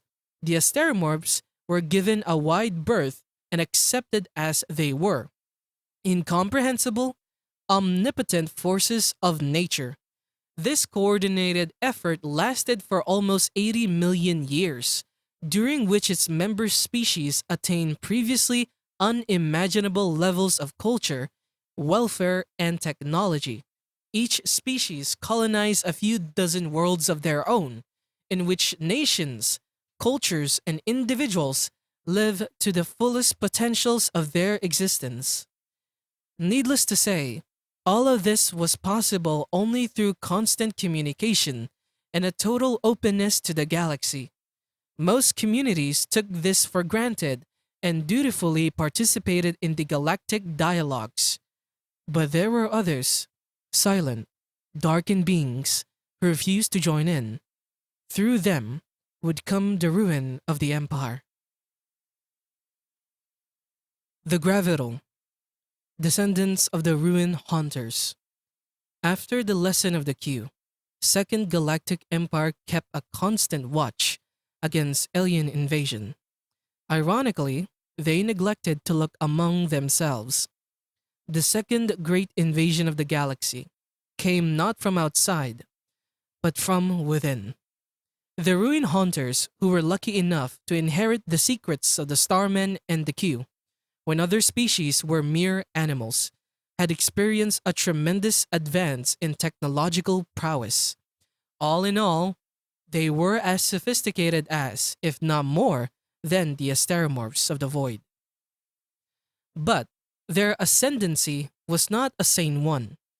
Recall that most ruin hunters were already deranged with a twisted assumption of being the sole inheritors of the Starmen. They refused to communicate with their relatives on other planets and kept their own affairs. This neurotic hubris assumed truly dangerous proportions after the ruin hunters modified themselves. The origin of this modification lay in an earlier catastrophe. The ruin hunter's sun was undergoing a rapid phase of expansion, and the species, advanced as it was, could do nothing to stop the process. So the hunters did the next best thing and changed their bodies. The infernal conditions of the solar expansion meant that a biological reconstruction was totally out of the question. Thus, the hunters replaced their bodies with machines, floating spheres of metal that move and molded their environment through subtle manipulations of gravity fields. In earlier versions, the spear still cradled the organic brains of the last hunters, but in successive generations, ways of containing the mind within quantum computers were devised, and the transformation became absolute. The ruin hunters were replaced by the completely mechanical gravital. While not even organic, the gravital still retained human dreams, human ambitions, and human delusions of grandeur. This, combined with mechanical bodies that allowed them to cross space with ease, made interstellar war a frightening possibility. The machine invasion. It took a long time for the gravital to prepare. Propulsion systems were perfected, and new bodies capable of withstanding the interstellar jumps were devised. But when they finally decided that the time was nigh, nothing survived their slaughter. The invasions followed a brutally simple plan. The target world's suns were blockaded, and their light was trapped behind specially constructed million-mile sails. If the dying worlds managed to resist, an asteroid of two finished them off. Enormous invasion fleets were built, but it was rarely necessary to deploy them. The machines had caught their cousins completely off guard. The Great Dyings, all of which occurred in a relatively quick 10,000-year period, stretched the boundaries of genocide and horror. Almost all of the new human species, unique beings who had endured mass extinction, navigated evolutionary knife edges, and survived to build worlds of their own, vanished without a trace. Even the Q had been loyal to life. They had distorted and subjugated their victims, but in the end they had allowed them to survive. To the machines, however, life was a luxury. Such thorough ruthlessness was not, ironically, born out of any kind of actual hatred. The gravital, long accustomed to their mechanical bodies, simply did not acknowledge the life of their organic cousins. When this apathy was mixed with their unsane claims as the sole heirs of the Starmen, the extinctions were carried out with the banality of, say, an engineer tearing down an abandoned building. Under the reign of the machines, the galaxy entered a brand new dark age. Considering the invasion, the machine invasion brought on the greatest wave of extinction the galaxy had ever seen. for it was not a simple act of war by one species against another, but a systematized destruction of life itself. When considering such a vast event, it is easy to get lost in romantic delusions. It is almost as easy to write off the Gravitals as evil as it is to consider the entire episode as a nihilistic end of everything kind of scenario. Both of these approaches are, as they would be in any historical situation, monumental fallacies. To begin with, the Gravitals were not evil, at least not to their own perception. These beings, although mechanical, still lived their lives as individuals and operated inside coherent societies. They had surrendered their organic heritage, but their minds were not the cold, calculating engines of true machines. Even after giving orders that would destroy a billion souls, a gravital would have a home to go to, and as incredibly as it might sound, a family and a circle of friends, towards which it felt genuine affection. Despite being endowed with compassion, their harsh treatment of the organics was the result of, as mentioned before, a simple inability to understand their right to live. Furthermore, the gravital did not constitute a singular, indivisible whole whose entire purpose was to wreck the universe. True, their technological advancement had allowed them to form a pan-galactic entity, but within itself, the machine empire was divided into political factions and even religious faiths. Superimposed over these fault lines were the daily lives and personal affairs of families and individuals. Like any sentient being, they had a sense of identity and thus differing agendas. Nor did the machine invasion meant the end of everything.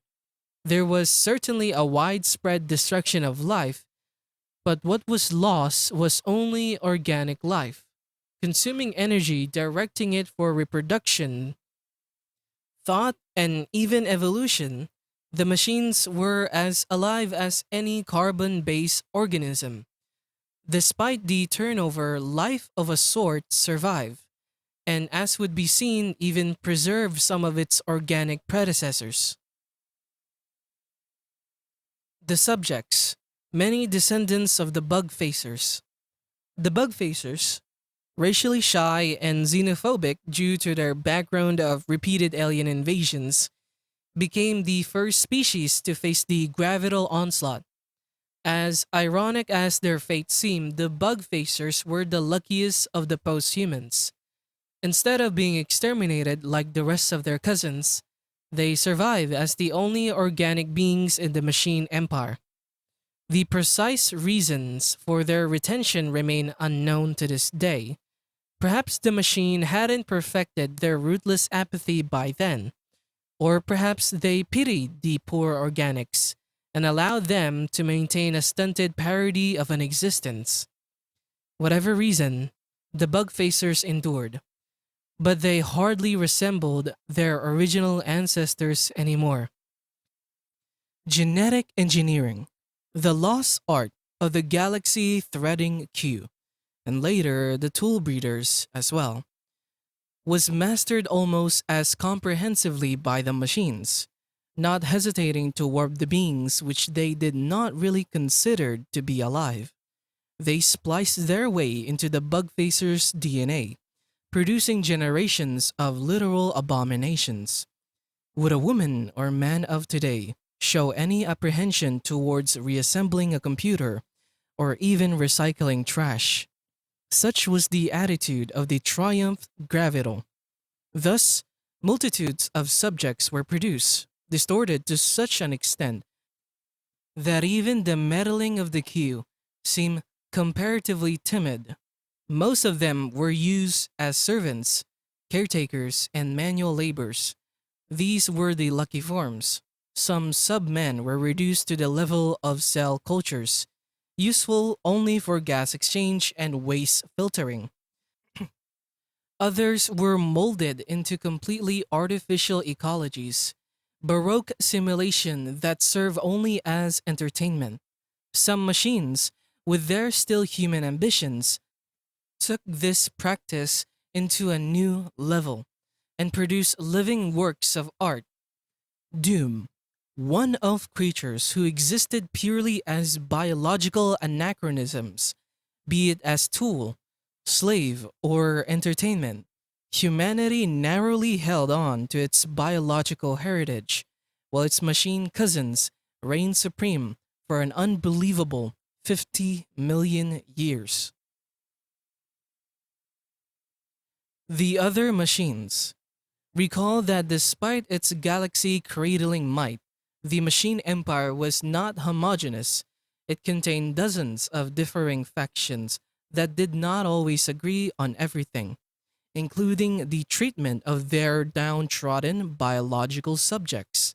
Some machines, over a process involving several religious, social, and philosophical doctrines, began to comprehend the universality of life and the common origins of organic and mechanical humanities. Initially, such individuals live in seclusion or withheld their beliefs from the world. They secretly engineered lineages of subjects that could live, move, and think as freely as they could. In a few memorable instances, the engineers fell in love with their creations, and their martyrdom inspired other machines to think just a little differently. Eventually, the ideology gained enough momentum to be practiced openly in everyday life. However, the sect of toleration soon ran into odds with their hardline pan-mechanical rivals. The seething intolerance between the two factions finally broke free when some tolerant machines wanted to set several worlds aside for the unrestricted development of biological life. All hell broke loose, and the machine empire, the apparently seamless monolith of the galaxy, experienced its first short, bitter civil war. The war did not cause any lasting damage, but it plainly illuminated one fact: the greatest entity the galaxy had ever seen was not without its problems. The fall of the machines and the return of the spacers. In the longer run, the eternal struggles of the machine empire just might have led to its downfall. But there was no need to wait that long. As the empire died a shorter but immensely more cataclysmic death, for a long time, the machine and the Asteromorph empires had been eyeing each other nervously. They hadn't had yet run into open confrontations, as the Asteromorphs kept mostly to their outer space arcs, and the machine empires occupied the planets. In almost every inhabitable solar system of the galaxy, the same upside down tension built up between organic beings living in the void and machines inhabiting perfectly terrestrial worlds. Power was evenly balanced between the two rival empires. Moreover, this balance involved forces strong enough to destroy planets en masse. Each side knew that any kind of war would result in mutual annihilation, and only insanity could start such a conflict. Well, the post Civil War empire of the machines did go insane.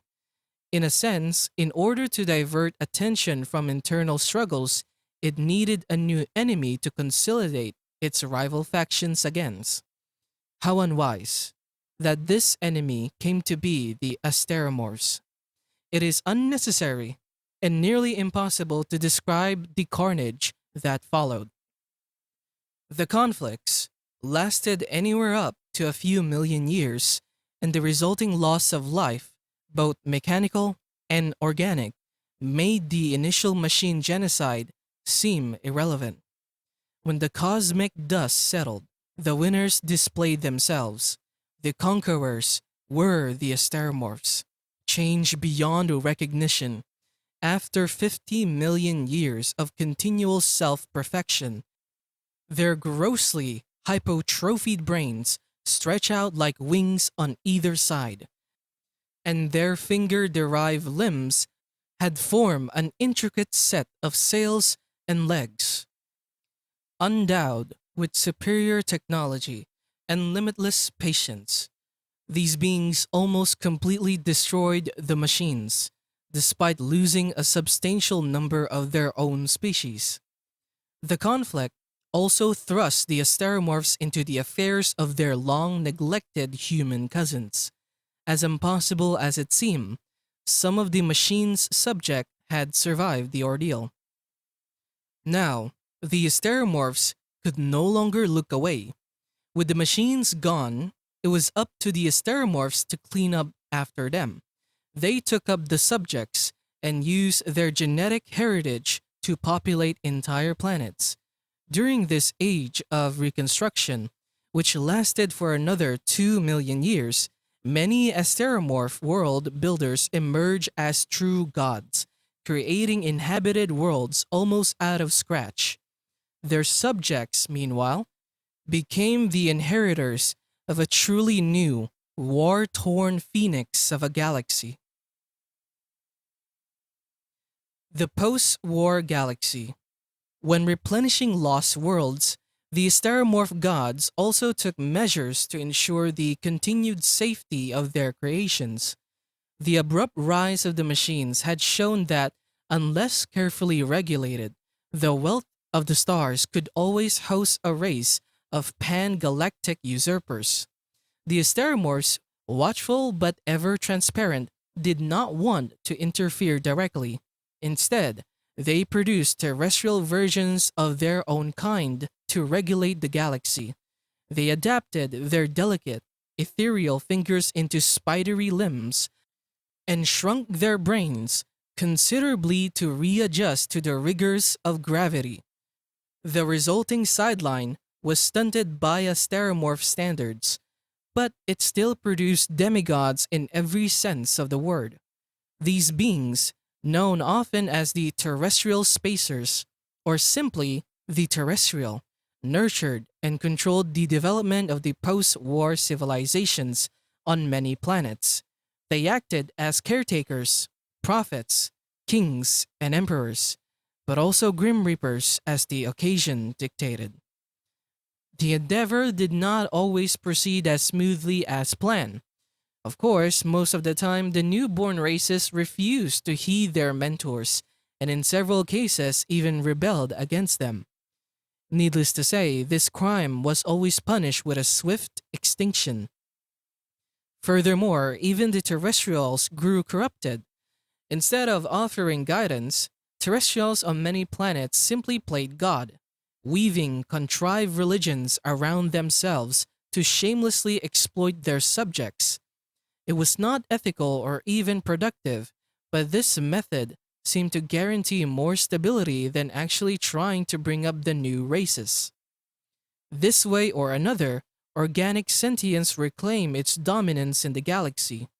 The new empire, managed by the terrestrials, populated by a myriad descendants of the subjects, and overseen ultimately by the omniscient asteromorphs, achieved greater progress and a longer lasting calm in the galaxy than all of its predecessors combined. The new machines. Long after their fall from grace, the machines still clung on to existence. During the initial aftermath of the war, the asteromorphs had planned to exterminate every last one of them, only to discover that the machines were simply too useful to destroy. For millions of years, they had perfected the interface between mind and machine to such an extent that they could live and operate in the most inhospitable conditions. Such beings, deprived of their galaxy-straddling power, would make invaluable contributions to research and exploration in the new empire. There was a sense of poetic justice in all of this. The machines, who once distorted biological life forms to their whim, were finally treated to a similar fate. To begin with, the asteromorphs completely scrapped their ability of self-contained gravitational manipulation, the very force that had rendered them invulnerable in the first place. They were given finite lifespans and slightly numb imaginations so that history would not repeat itself. The derogatory nature of these changes, however, did not imply an overall regression. Unlike their ancestors, the new machines were endowed with nanotechnological bodies that could remodel themselves continuously, which meant that they could come in every shape and size imaginable, and then some that could not, a machine citizen could live for some time in the void of space, conducting research, and then transform into a completely different body plan for a holiday on a cometary halo, tropical jungle, or a methane ocean. He or she would also make the trip personally by growing temporary hyperdrives and ramjet engines. Despite their breathtaking versatility, the machines were never as common or prominent, even after completely accepting their role as lowly citizens of the new empire.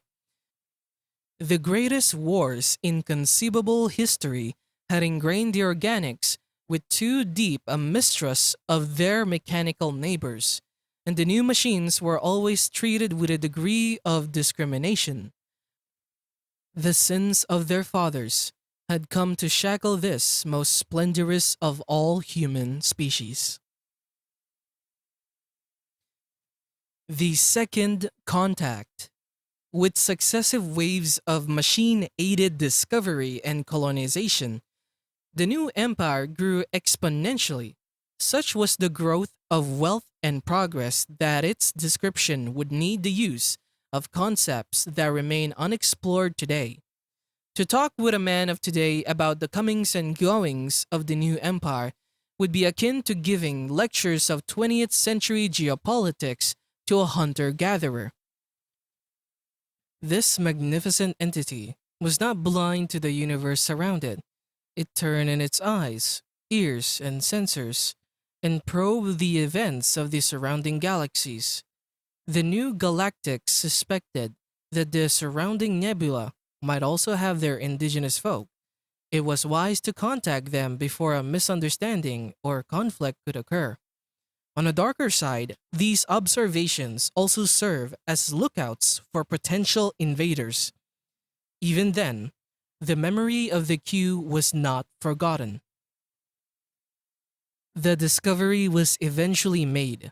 One of the neighboring galaxies was showing patterns of activity that were unmistakable signs of a sentient organization.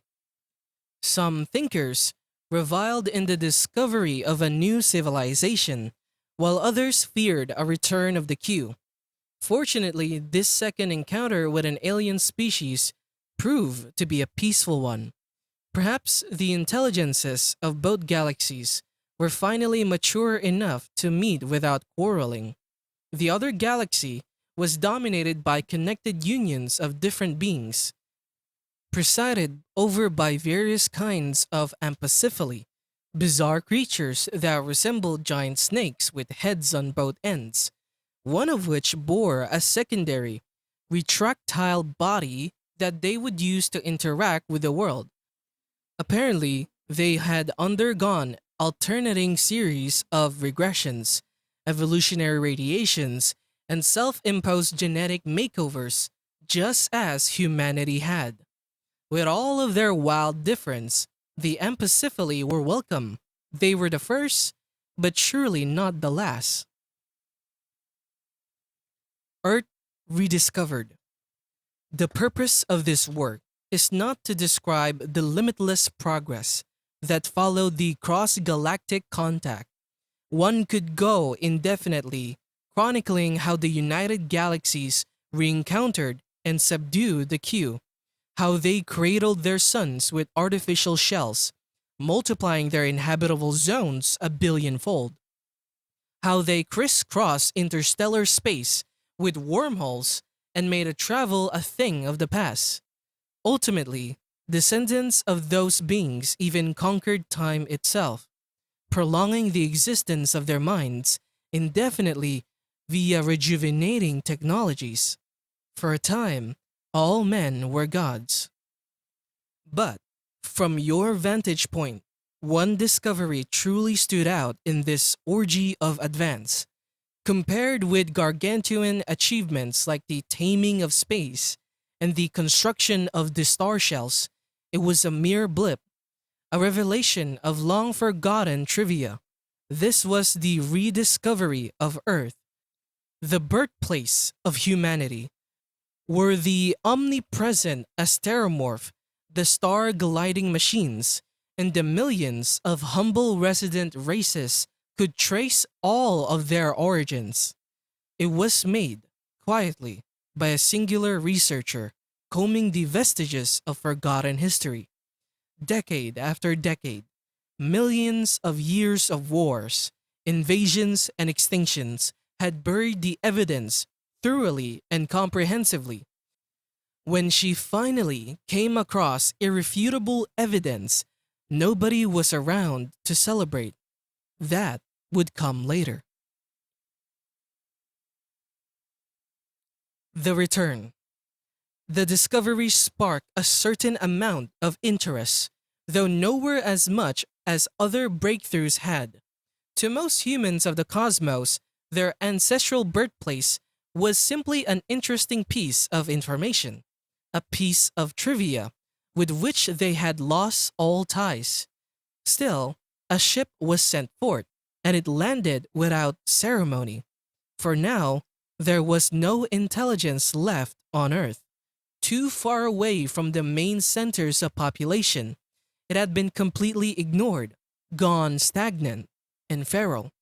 But still, it was home. When the explorers stepped out, human feet trod on old Earth once more, after an absence of 560 million years. Mankind was back home.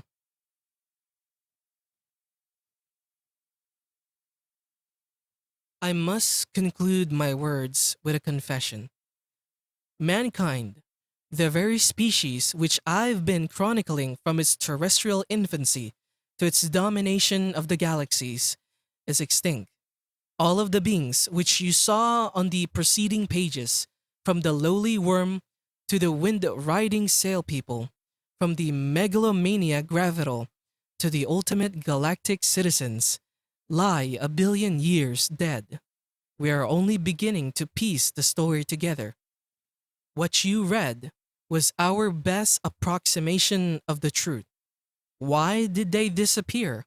Perhaps it was a final, unimaginable war of annihilation, one that transcended the very meaning of conflict. Perhaps it was a gradual breakup of the United Galaxies, and every race facing their private end slowly afterwards. Or perhaps, the wildest theories suggest, it was a mass migration to another plane of existence, a journey into somewhere, sometime, something else. But the bottom line is, we honestly don't know. Ultimately, however, what happened to humanity does not matter. Like every other story, it was a temporary one. Indeed long, but ultimately ephemeral. It did not have a coherent ending. But then again, it did not need to. The tale of humanity was never its ultimate domination of 1,000 galaxies, or its mysterious exit into the unknown.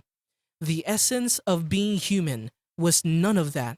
Instead, it lay in the radio conversations of the still human machines, in the daily lives of the bizarrely twisted bug facers, in the endless love songs of the carefree hedonists, the rebellious demonstrations of the first true Martians, and in a way, the very life you lead at the moment.